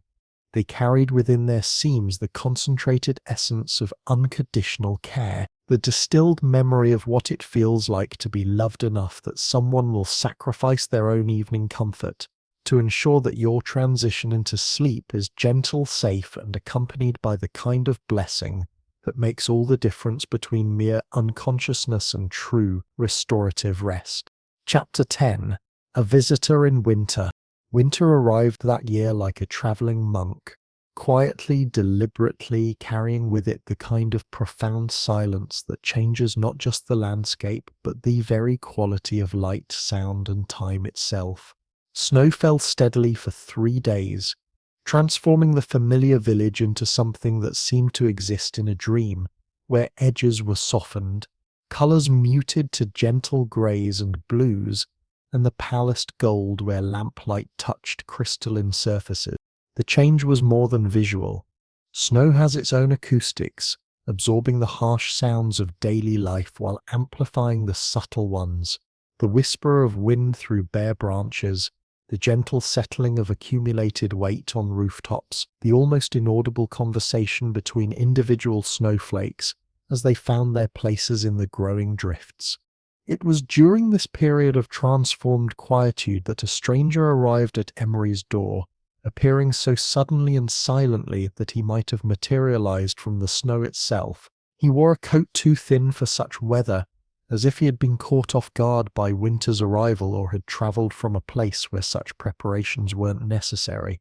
His hands remained buried deep in his pockets, not just for warmth, but with the particular tension of someone who was keeping something from escaping.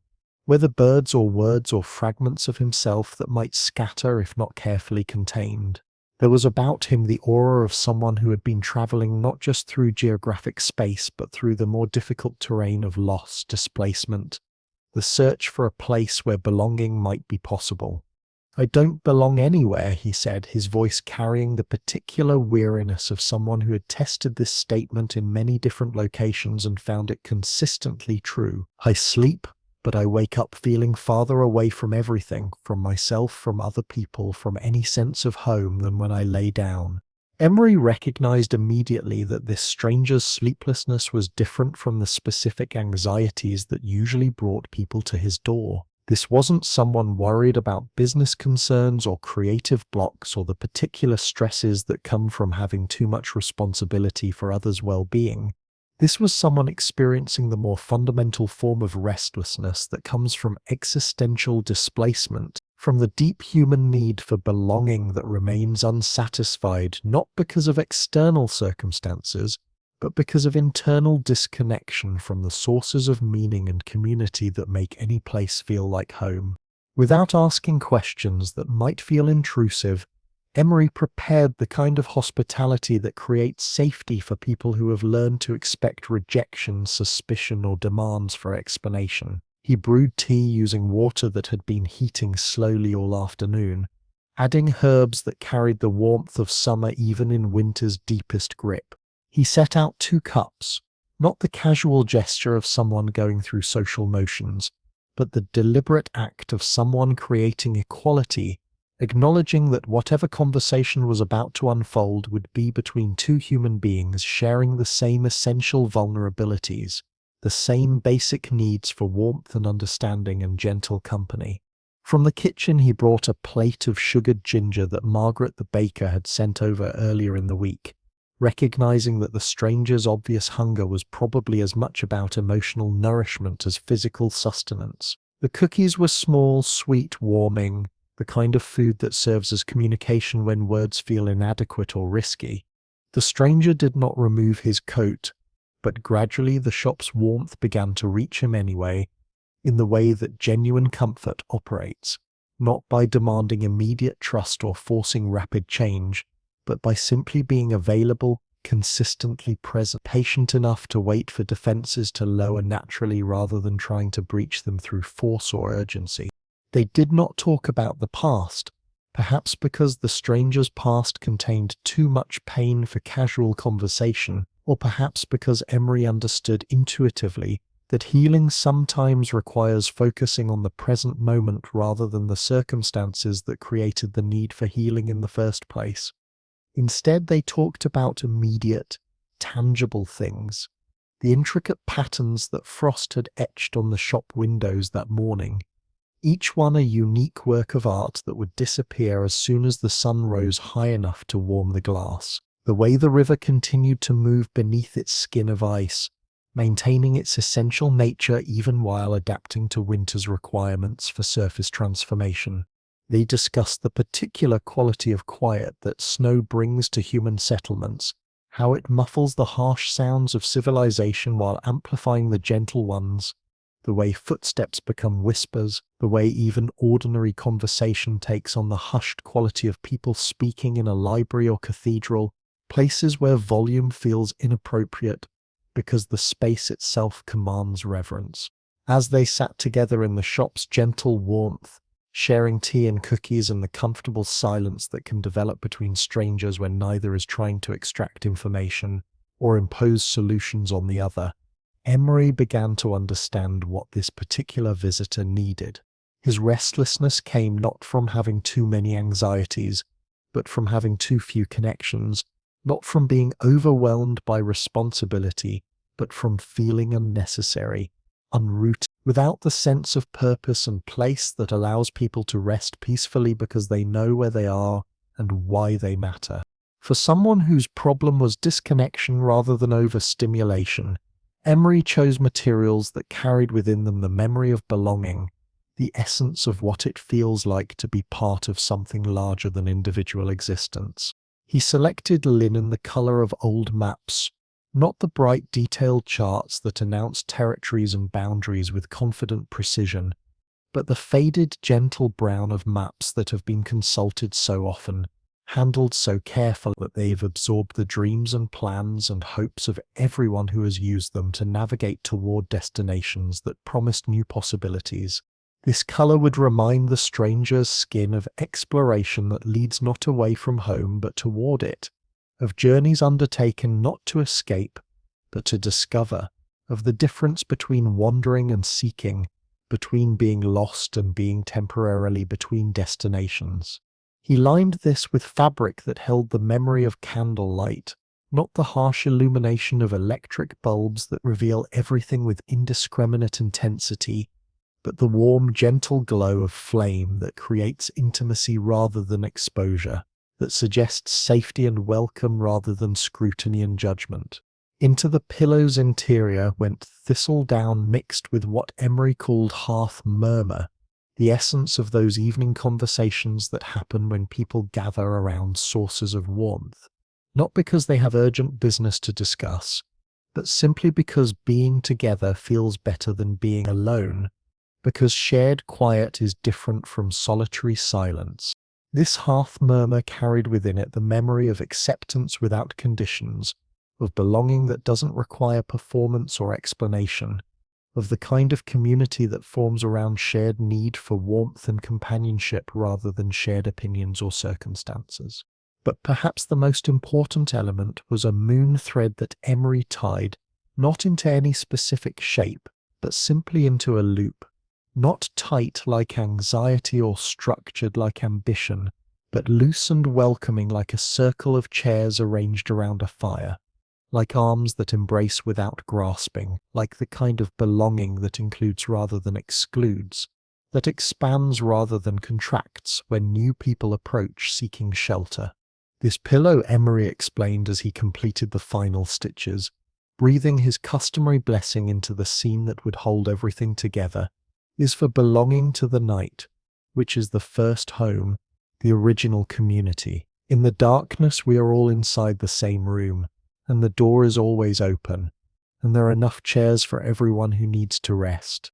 The stranger accepted the pillow with hands that finally emerged from his pockets, revealing fingers that had been kept hidden not because they were damaged, but because they had forgotten what it felt like to reach toward comfort rather than protection, to open rather than close, to receive rather than simply endure. He held the pillow against his chest for a moment, and something in his posture suggested that he was remembering what it felt like to embrace something rather than simply carrying it, to hold something close because it brought comfort rather than because it needed to be protected from loss or theft. When he left, the stranger's birds, whatever fragile hopes or fears or fragments of identity he had been keeping carefully contained in his pockets, remained with him, but their flutter was quieter, less desperate, more like the gentle movement of creatures who had remembered that they were meant to rest sometimes, to land occasionally, to trust that not every perch would disappear the moment they settled their weight upon it. Emery watched him go, walking into the snowy evening with the careful steps of someone whose relationship with the ground beneath his feet had shifted slightly, but significantly, someone who was beginning to remember that the earth could support him, that he had a right to occupy space, that belonging was not something that had to be earned through perfection, but something that was available to anyone willing to accept it as a gift rather than demanding it as a payment for services rendered. At the window, Emery pressed his palm against the glass that separated the shop's warmth from the winter evening's cold, leaving a handprint that would fade as the glass cooled, but that served for the moment as a blessing on the stranger's journey, a sign of connection across the space between inside and outside, safety and exposure, the known and the unknown. That handprint, temporary but genuine, was perhaps the perfect symbol for the kind of help that Emery offered.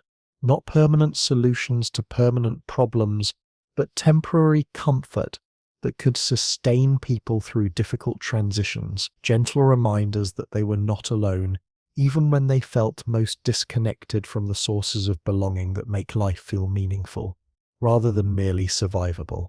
As the kettle sighed its evening song, and the shop settled into the deeper quiet that comes when the day's work is finished and the night's rest becomes possible, Emery understood that he had witnessed something important. The moment when someone who had been carrying isolation like a burden began to imagine carrying it like a temporary condition, something that could change rather than something that defined him permanently. The stranger would sleep that night, not perfectly perhaps, but peacefully enough to dream, and in those dreams he might remember what it felt like to belong somewhere, to be welcomed rather than merely tolerated, to be valued for who he was rather than criticized for who he wasn't. And when he woke, he would wake not feeling farther away from everything, but slightly closer to the possibility that home was not a place he had lost, but a condition he could create, not something that existed only in the past, but something that remained available in the present to anyone willing to approach it with the right combination of hope and patience, and willingness to believe that belonging, like sleep, comes most easily to those who stop chasing it and allow it to approach in its own time, in its own way, with its own gentle insistence that everyone deserves to rest somewhere, to be safe somewhere, to be known and welcomed and allowed to set down their burdens somewhere in this wide, often difficult, but ultimately generous world. Chapter 11. The Pillowmaker's Own Night. Even those who dedicate their lives to bringing comfort to others sometimes find themselves lying awake in the dark hours, staring at ceilings that offer no answers to questions they hadn't realized they were asking. Even the most skilled practitioners of peace sometimes discover that their own rest has become elusive, that the techniques they use to soothe others work less reliably when applied to themselves. Emery was not immune to these paradoxes of helping professions. There were nights when his own sleep would retreat like a shy animal, staying just beyond reach despite his deep understanding of all the conditions that usually encouraged its approach. On such nights, he did not fight the wakefulness or judge it as failure or try to force solutions that had worked for others, but somehow felt inappropriate for his own needs. Instead, he had learned to treat sleeplessness as a kind of weather, neither permanent nor personal, neither a crisis requiring urgent intervention, nor a problem demanding immediate solution. Wakefulness, he understood, sometimes arrived not as enemy but as teacher, bringing with it opportunities for the kind of quiet reflection that daylight hours rarely afforded. On these nights of gentle insomnia, Emery would light his oil lamp low, adjusting the flame until it provided just enough illumination to create warmth without harsh brightness, enough light to make the darkness friendly rather than oppressive. He would position himself with his back against the old brick oven that held the day's accumulated heat, like a patient friend, letting the stored warmth sink through his shirt and into muscles that had spent the day bent over his work table, hands busy with the intricate work of creating comfort for others. In his lap, he would hold a pillow that had never been offered for sale, never been displayed in his shop window, never been intended for anyone but himself. It was smaller than the pillows he made for customers, not designed to support a full night's sleep, but sized perfectly for holding, for the kind of comfort that comes through the hands rather than the head. This personal pillow was filled with clover that he had gathered from the meadow behind his shop during the height of summer, when the small purple flowers released their sweetness into air thick with the drowsy humming of bees and the general sense of abundance that comes when the earth is fully awake and generously productive. The scent that rose from this pillow was not just floral but temporal. It carried within it the memory of long, slow afternoons, when time moved at the pace of clouds rather than clocks, when the most urgent task was watching shadows shift across grass, when the day's greatest achievement might be noticing how light changed color as the sun moved from one side of the sky to the other. Woven through the clover was something even more precious, a single curl of thread that Emery had cut from the hem of his mother's work apron, the garment she had worn during her years at the village laundry. The fabric that had absorbed not just the steam and soap of her daily labor, but the wordless melodies she had hummed while working, the gentle songs that had taught young Emery what comfort sounded like. This thread was all that remained of those lullabies, the physical remnant of countless evenings when his mother's humming had guided him from the alertness of day to the surrender of night. It was too precious to use in pillows for others, too personal to share, but exactly right for the kind of self-comfort that even caregivers sometimes need. Unlike the pillows he created for customers, Emery did not whisper blessings into this one. He did not breathe intentions into its seams or ask it to solve problems or provide solutions. Instead, he simply held it, allowing its weight and warmth and familiar scent to remind him of something he sometimes forgot in his dedication to serving others, that he too deserved comfort, that he too was worthy of the kind of gentle attention he gave so freely to everyone who sought his help. Holding this pillow was not about sleep, though sometimes sleep would eventually come, arriving quietly like a cat that has decided to trust you with its presence. It was about the deeper rest that can exist even within wakefulness, the peace that comes from accepting the present moment exactly as it is, rather than trying to transform it into something else. As he sat with his back against the warm bricks, his hands cradling the small pillow that connected him to memories of his mother's love, Emery would let the night move from outside his window to inside his chest, would allow the darkness to become not something that surrounded him, but something that included him, embraced him, welcomed him as a fellow traveler in the country of quiet hours. Sometimes in this state of relaxed alertness, dreams would come even while he remained technically awake, not the large dramatic dreams of deep sleep, but small gentle dreams like coins discovered in old pockets, unexpected treasures that appeared without fanfare or demand for attention. He would dream of his brass bell ringing once and meaning welcome, the single clear note that announced not a customer's arrival but the simple fact that kindness existed in the world, that there were still places where people could bring their troubles and find understanding rather than judgment, help rather than criticism. He would dream of the river that flowed past his shop, wearing the moon like a silk shawl, the ancient water carrying celestial light on its surface the way it carried leaves in autumn and ice in winter, and the reflected colors of spring flowers when the season turned toward renewal and growth. Sometimes he would dream of his shop itself, but transformed, not physically different, but somehow luminous, as if lit from within by something more than oil lamps or candles, glowing with the accumulated warmth of all the comfort it had provided, all the rest it had made possible, all the peace it had helped create in the lives of people who had entered seeking solutions to problems they couldn't solve alone. These dreams were not messages requiring interpretation or visions demanding action. They were simply gifts, moments of beauty that arose naturally, when the mind was neither fully awake nor fully asleep, when consciousness existed in that liminal space where ordinary concerns could rest while deeper awareness remained gently active. When these small dreams had finished visiting, Emery would often find that the night had progressed farther than he had expected, that the darkness had begun its slow transformation toward dawn, that the quality of silence had shifted from the profound hush of deep night toward the expectant quiet that precedes the world's daily awakening. At such moments he might close his eyes and drift into actual sleep, or he might remain awake to witness the gradual return of light, the gentle process by which night agreed to become day without drama or struggle, simply following the ancient rhythm that had governed this transition since long before humans learned to worry about whether they were getting enough rest.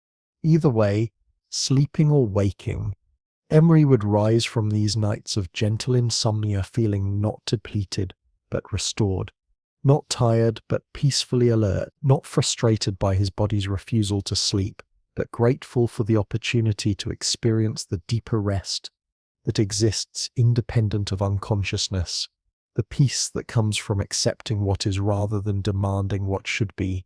This acceptance was perhaps Emery's greatest gift to himself, and indirectly to everyone who benefited from his work, by learning to be comfortable with his own sleeplessness, by treating his own insomnia as weather rather than emergency. He had developed the kind of patience and understanding that allowed him to help others find their way to rest without pressure or judgment.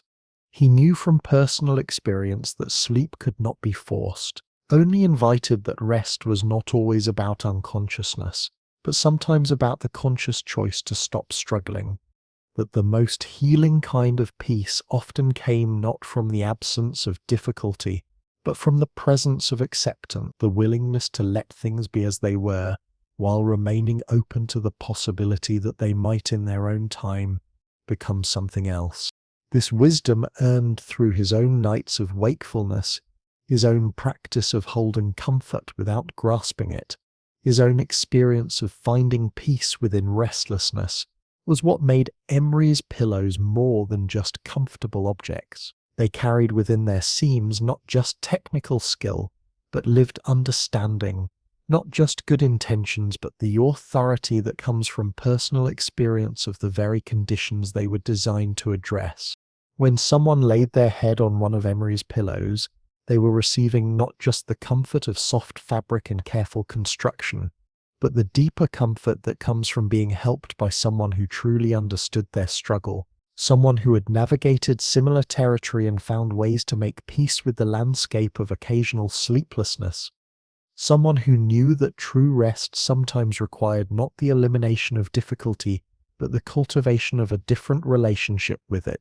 In this way, Emery's own nights of gentle wakefulness became part of his service to others, part of the accumulated wisdom that made his shop a place where people could find not just products but understanding, not just solutions but companionship in the shared human experience of seeking rest in a world that often makes rest difficult to find. His small pillow filled with clover and memory would return to its place on the workbench each morning, available for the next night when comfort might be needed, when the weather of sleeplessness might visit again, when the opportunity for deeper rest, with or without actual sleep, might present itself as both challenge and gift, both difficulty and invitation to practice the gentle art of being peacefully present with whatever condition the night happened to bring. Chapter 12. The Seamstress Across the River. Across the river, in a cottage whose windows caught the morning light like cupped hands holding gold, lived a seamstress whose name was Lena, and whose work possessed the kind of rare quality that transforms necessity into art. She made clothes that fit not just bodies but lives, garments that seemed to understand how people moved through their days, what they needed from fabric that would spend hours against their skin, how clothing could serve not just as protection from weather, but as quiet support for the daily acts of courage that ordinary life requires. Lena's relationship with cloth was similar to Emery's relationship with comfort. Intuitive, respectful, based on deep understanding rather than mere technique. She could look at someone and know immediately what weight of fabric would suit them, what colors would enhance, rather than diminish their natural qualities, what style would make them feel like the best version of themselves rather than a compromise forced by fashion or convention. Her clothes fit the way memory fits, comfortably with room to breathe, allowing for the small changes and adjustments that come with living fully rather than carefully. A dress she made might loosen slightly in just the right places, as the wearer relaxed into their day, or a shirt might develop gentle creases that somehow enhanced rather than detracted from its appearance, as if the fabric and the person wearing it were collaborating in the creation of something beautiful. Emery and Lena had developed the kind of friendship that exists between people who recognize similar qualities in each other without needing to name or analyze those qualities. They would nod when they passed on the stone bridge that connected their sides of the village, each acknowledging in the other someone who understood that craft was more than skill, that good work required not just competence but care, that the things people made with their hands carried within them something of the maker's spirit. Sometimes when the sun was mild and the air carried hints of whatever season was approaching, they would find themselves sharing a bench outside the greengrocer's shop, not because they had planned to meet, but because both had been drawn to the same patch of warmth, the same moment of pause in their otherwise busy days. Their conversations during these chance encounters were never urgent or dramatic.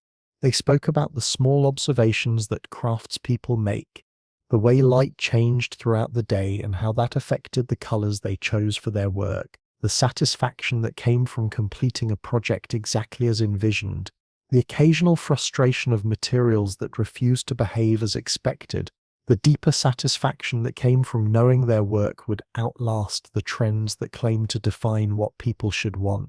One autumn afternoon, when the air carried the scent of apples and wood smoke and the gentle melancholy that comes when the year begins to turn inward, Lena appeared at Emery's door carrying a basket covered with a cloth woven from linen so fine it seemed to hold light rather than merely reflect it. "Trade?" she asked, smiling with the confidence of someone offering something she knew would be appreciated. Under the cloth lay carefully folded lengths of fabric that had been dyed using methods passed down through generations of women who understood that true color came not from harsh chemicals, but from patient attention to what the earth itself offered. There were colors with names like poetry, burnt honey, created from onion skins that had been saved through an entire summer of cooking, quiet plum, derived from elderberries gathered at exactly the right moment of ripeness, morning mist, achieved through a complex process involving madder root and iron, that produced a grey so soft it seemed to whisper rather than announce itself. These were not the bright synthetic colours that would later dominate the world's textile industry, demanding attention and proclaiming newness. These were colours that had learned to age gracefully, that would deepen and soften with time rather than fading harshly. Colours that understood their job was to enhance rather than overwhelm whatever they touched. In response, Emery offered something equally thoughtful, a pillow he had made during one of his experimental phases, when he allowed his hands to work without specific intention, letting the materials themselves suggest what wanted to be created. This particular pillow was filled with what he called window light, not actual light, of course, but the essence of light as it appeared when filtered through glass, softened and made gentle, transformed from the sometimes harsh brightness of direct sun into the kind of illumination that made everything it touched seem more beautiful rather than more exposed. For stitching after supper, he explained, understanding that Lena, like many craftspeople, did her finest work in the evening hours when the day's obligations had been completed, and she could give her full attention to projects that fed her soul rather than merely meeting external demands. This exchange marked the beginning of a deeper friendship, based not on loneliness or need, but on the recognition that some kinds of understanding can only be shared between people who approach their work with similar reverence, who see their craft as more than just a way to make a living, but as a way to make life meaningful. Lena began stopping by on Tuesday evenings, always bringing something small, a spool of thread to return after borrowing it for a project. A story about a difficult customer who had finally been satisfied with the perfect alteration, a question about how to achieve a particular effect in her own work. But really, these visits were about the deeper need that all craftspeople share, the need for someone who understands that the work itself is important, that the attention paid to small details is not obsessive but essential, that the satisfaction of creating something beautiful and functional justifies the time and care required to do it properly. Emery would show her treasures from his collection, a jar labelled "Laughter from the Market," late, that contained the essence of joy that rises when people gather to buy and sell not out of desperation but out of abundance, when commerce becomes community and transactions become celebrations of what the earth has provided and human hands have crafted. Sometimes they would sit together and work in the companionable silence that develops between people who don't need to fill every moment with conversation, who understand that shared focus can be its own form of communication. Lena would mend something that required particularly delicate attention, while Emery would stitch a pillow for someone who had requested his help with sleep that had gone astray. The kettle would maintain its gentle breathing on the stove, releasing steam that carried hints of whatever herbs Emery had chosen for the evening. The river outside would continue its eternal conversation with the stones, providing the kind of constant, subtle sound that supports concentration rather than disrupting it. During one of these peaceful working sessions, as snow began to fall outside and transform the familiar landscape into something that belonged in a fairy tale, Lena asked a question that revealed how deeply she understood the nature of creative work. "Do you ever make a pillow without a specific purpose?" she wondered, her hands never pausing in their careful work on a hem that insisted on behaving like a wave rather than lying flat, just to see what it wants to become, what it has to teach you about what's possible. Emery nodded immediately, understanding exactly what she meant. Sometimes they make themselves, he admitted, reaching for a pillow he had been working on during spare moments, when his conscious mind was occupied with other things, and his hands were free to follow their own instincts. This pillow was unlike his usual work, not designed to solve any particular problem or meet any specific need. It was made from linen the shade of soft chalk, edged with a line of blue that looked like the horizon on a clear day when the sky meets the earth so gently that you can barely tell where one ends and the other begins. He had filled it with thistledown and nothing else, creating something that felt like a pause, like the moment between two thoughts when the mind rests in pure potential, when anything might be possible, but nothing has yet been decided. Lena pressed the pillow between her palms and closed her eyes, letting her hands read its possibilities, the way she might read fabric to understand its weight, its texture, its willingness to hold certain shapes or resist others. "This one isn't for anyone," she murmured, her eyes still closed but her voice carrying the certainty that comes from deep recognition. "And somehow it is for everyone." They laughed together then, quietly, the way people laugh when they discover they agree about something too subtle for ordinary explanation, but too important to ignore. It was the laughter of recognition, of understanding that some truths can only be shared between people who approach their work with similar respect for mystery, similar willingness to let materials teach them rather than insisting on controlling every aspect of the creative process. This shared understanding deepened their friendship beyond mere social connection. They became witnesses to each other's dedication, supporters of each other's commitment to excellence that went beyond what customers demanded or payment required. On certain evenings, as Lena worked on a particularly challenging piece, perhaps a wedding dress that needed to look both elegant and comfortable, both formal and personal, she would pause with needle in hand and feel as if through a wall, the steady rhythm of Emery's thread moving through fabric in his shop across the river. This awareness was not mystical or supernatural, but simply the recognition that passes between craftspeople who understand each other's work deeply enough to sense its rhythms, to feel connected to the ongoing process of creation, even when separated by distance and different materials. When she sensed this connection, Lena would set down her work and make herself a cup of tea, using water that had been heating slowly on her own small stove, adding herbs that complemented whatever Emery might be brewing in his shop. Chamomile if the evening called for gentleness, lemon balm if the work required particular focus, mint if clarity was needed more than comfort.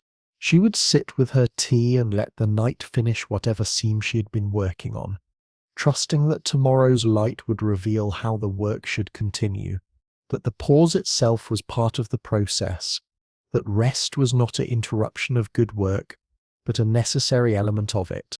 This rhythm, work and pause, attention and rest, individual focus and shared understanding, became one of the sources of strength that sustained both craftspeople in their dedication to excellence that went beyond mere professional competence.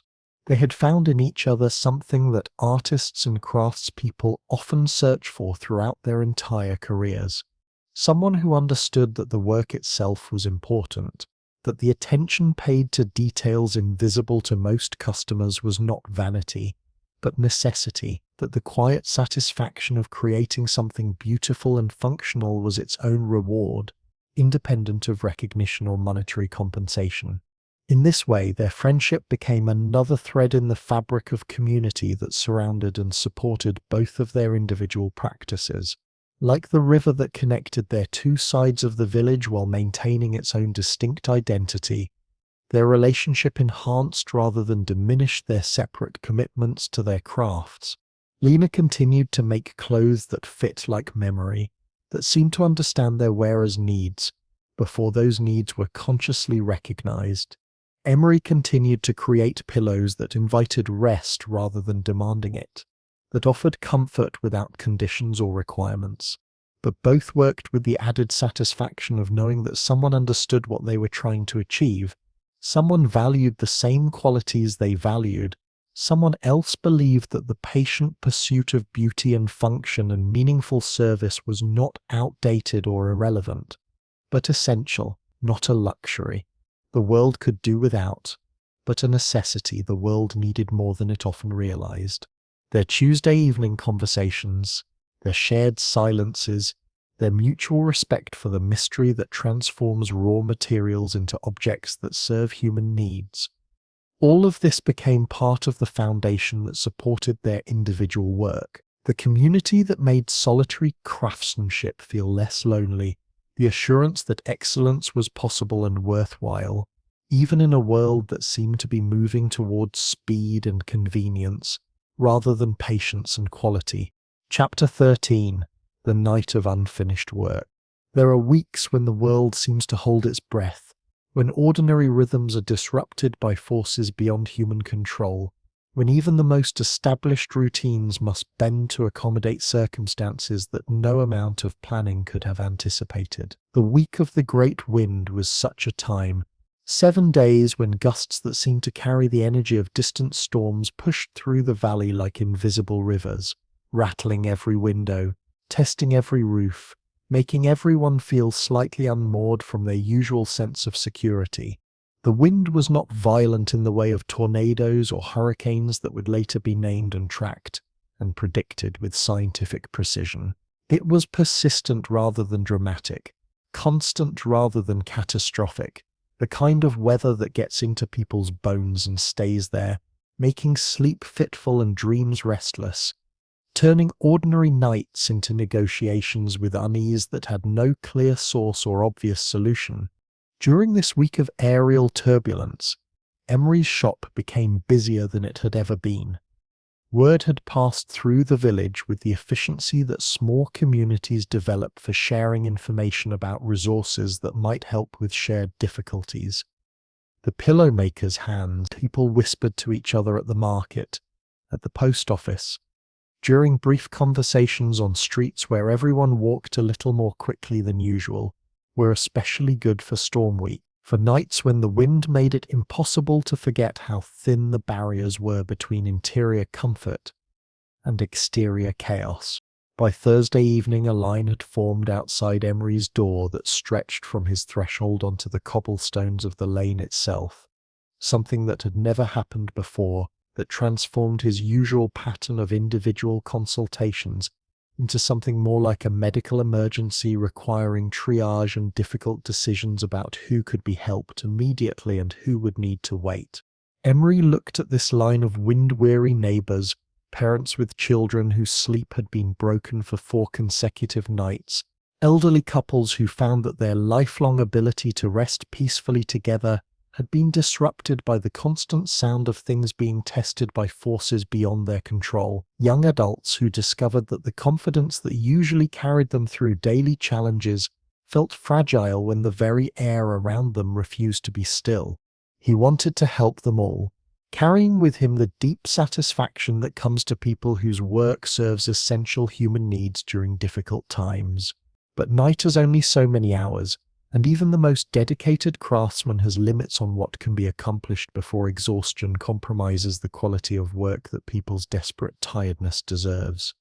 With the wisdom that comes to those who must make difficult choices about how to distribute limited resources, Emery set out a wicker basket, filled with small sachets that he had prepared during quieter seasons, each one containing carefully measured portions of the ingredients that promoted rest. Crumbs of first snow silence that absorbed agitation the way snow absorbs sound, whispers of hearth murmur that reminded nervous systems what safety felt like, pinches of seaside murmurs that taught anxiety how to follow rhythms larger and more reliable than individual worry. A start, he said to each person who accepted one of these small offerings, understanding that hope often begins not with complete solutions, but with evidence that help is possible, that someone cares enough to offer what they can even when they cannot offer everything that might be needed. Each person nodded with the relief that comes from receiving acknowledgement that their difficulty is real, their need legitimate, their hope for better rest justified. A start, they understood, was often the most difficult part. The shift from resignation to possibility, from enduring alone to accepting help, from believing that sleepless nights were inevitable to imagining that peaceful rest might be achievable. When the last person in line had received their sachet and headed home through streets where the wind continued its restless conversation with everything that could move or sway or creak, Emery closed his door and stood for a moment in the sudden quiet of his shop. The contrast was striking outside, the constant motion and sound of air that couldn't settle into calm. Inside, the accumulated piece of a space dedicated to rest, where every object had been chosen or arranged to support the kind of stillness that allows genuine comfort to take root and flourish. But even this sanctuary couldn't entirely shut out the awareness that beyond its walls, people were lying awake, listening to wind that seemed to carry with it all the uncertainty that modern life was beginning to accumulate. Questions about changes coming to their familiar world, worries about whether traditional ways of living and working would survive the speed at which everything seemed to be transforming. At his work table, Emery surveyed the projects that waited for his attention. 3 pillows cut and pinned, 3 stories measured and ready for the careful stitching that would transform them from collections of materials into sources of comfort, tailored to specific needs. The first was for Sarah, a new mother whose baby had been born just as the wind week began, whose sleep was already fragmented by the natural rhythms of caring for an infant, but had become almost non-existent when the constant atmospheric pressure made the baby fussy and the mother's recovery more difficult than either she or her experienced midwife had expected. The second was for Thomas, a student whose mind had always been active but manageable, who found that the wind seemed to carry his thoughts away from any center of calm, leaving him lying awake with maps and facts and theories swirling in his consciousness like leaves caught in gusts that wouldn't let them settle into any coherent pattern. The third was for Clara, a carpenter whose work required steady hands and clear thinking, who had begun to hear echoes in her hammer blows.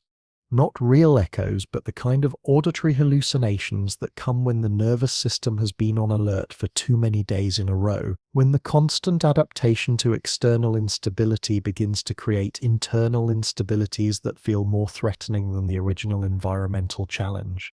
Each of these people needed help, deserved the full attention and careful craftsmanship that had become Emery's signature, required pillows designed specifically for their individual circumstances and particular struggles with rest that had been disrupted by forces beyond their control.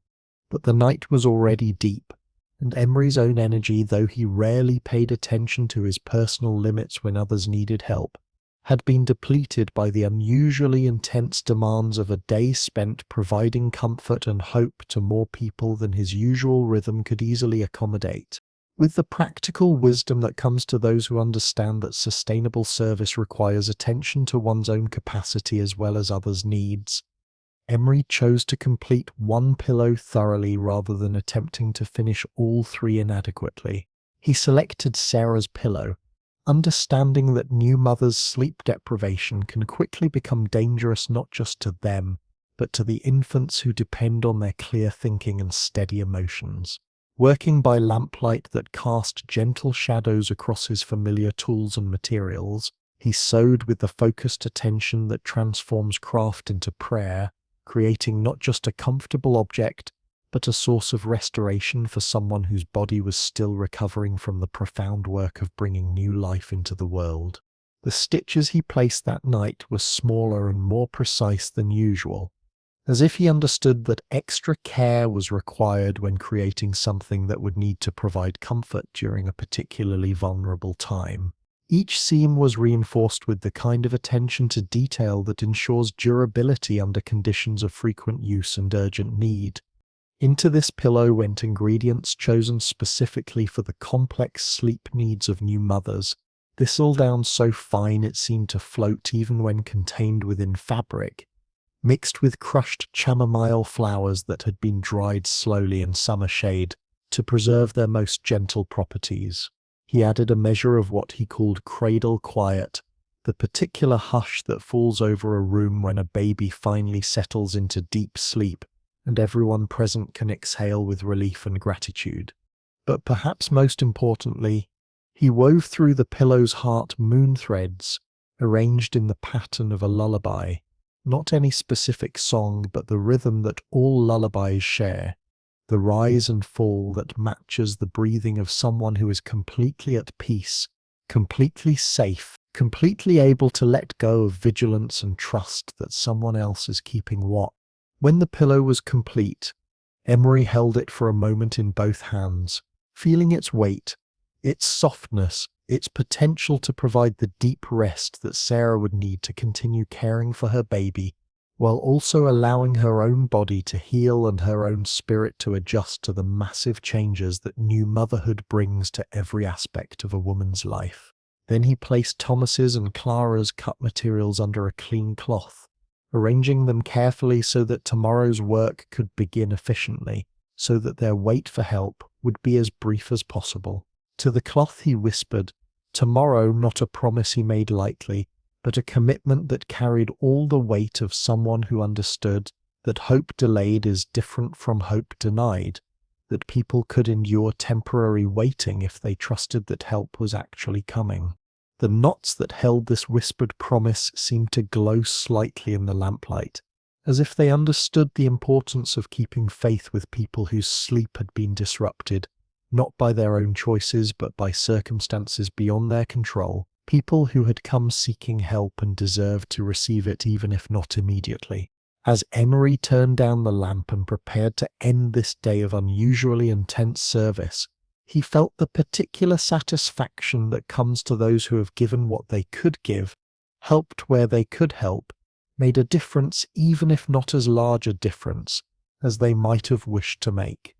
Outside, the wind continued its restless conversation with the night, but inside the shop peace remained intact.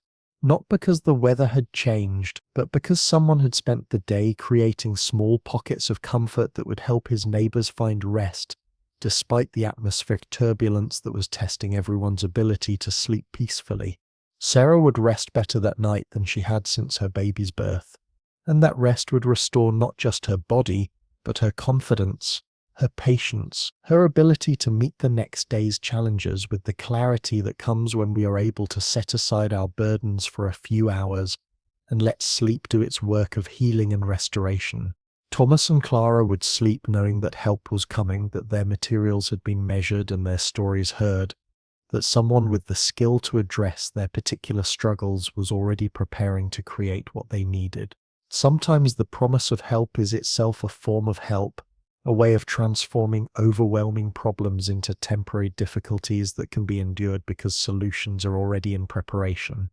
This perhaps is one of the most important services that any healer provides, the assurance that difficulties are temporary, that help is available, that no one has to face their struggles entirely alone, even when immediate solutions are impossible. The knowledge that someone cares enough to try creates the kind of hope that can sustain people through difficult periods, the trust that allows rest even when circumstances remain challenging. The night of unfinished work became, in its own way, a night of completed promises. Promises that help would come, that skills would be applied to specific needs, that the patience required for quality work was worth more than the speed that might have provided immediate but inadequate solutions. And in the morning, when Emery returned to his work table refreshed by his own night's rest, he would complete Thomas's and Clara's pillows with the same attention to detail, the same careful craftsmanship, the same whispered blessings that had made Sarah's pillow a source of restoration rather than just temporary comfort. The wind would eventually settle into calm, as all weather eventually changes into other weather, but the pillows created during the storm week would continue to provide comfort long after the atmospheric disturbance had passed, carrying within their seams not just the ingredients that promote rest, but the memory of a time when help was needed and provided, when community meant caring for each other through difficult periods, when skilled hands and patient hearts combined to create small miracles of comfort in a world that often seemed to provide more challenges than solutions. Chapter 14. The River Carries the Moon. Spring folded into summer again, and on an evening that smelled of stone warmed all day, Emery closed the shop a little sooner than usual. He walked to the river with a bundle wrapped in linen and tied with blue string. Down by the water he untied the string and unfolded the cloth. Inside was a pillow he had made for himself, the first he had stitched from start to finish without thinking of anyone else. Not because he did not think of others, but because he wanted to see what his hands would say when they spoke only to him. It was simple. Linen the colour of clouds high and thin, filled with thistle down and a single loop of moon thread, not tied, just resting there like a ring left on a saucer. He had whispered into the knot at the seam, not sleep, but thank you. He dipped the pillow to the river as if baptizing it in the long night that held them both. Then he held it to his chest and stood very still. He did not throw it into the water or launch it like a boat. He simply stood and listened to the quiet gossip of current on stone, the little frog coughing under the bank, the unsteady wing beat of a late moth. He stood until he felt the river in his breath. When he returned to the shop, he placed the pillow on the stool by the work table. That night, after the kettle exhaled for the last time and the lamps dimmed, he laid his head down and for a moment that was both brief and endless, felt himself being carried gently, steadily, like the moon is carried by the river when the sky is too full to hold it. Chapter 15, The Village Sleep. There are stories that end with trumpets and parades, and there are stories that end by continuing. This one does the latter. The midwife slept with the window slightly open. The sailor breathed with the tide. The child found new rooms in the house inside her pillow, each with a small name on the door.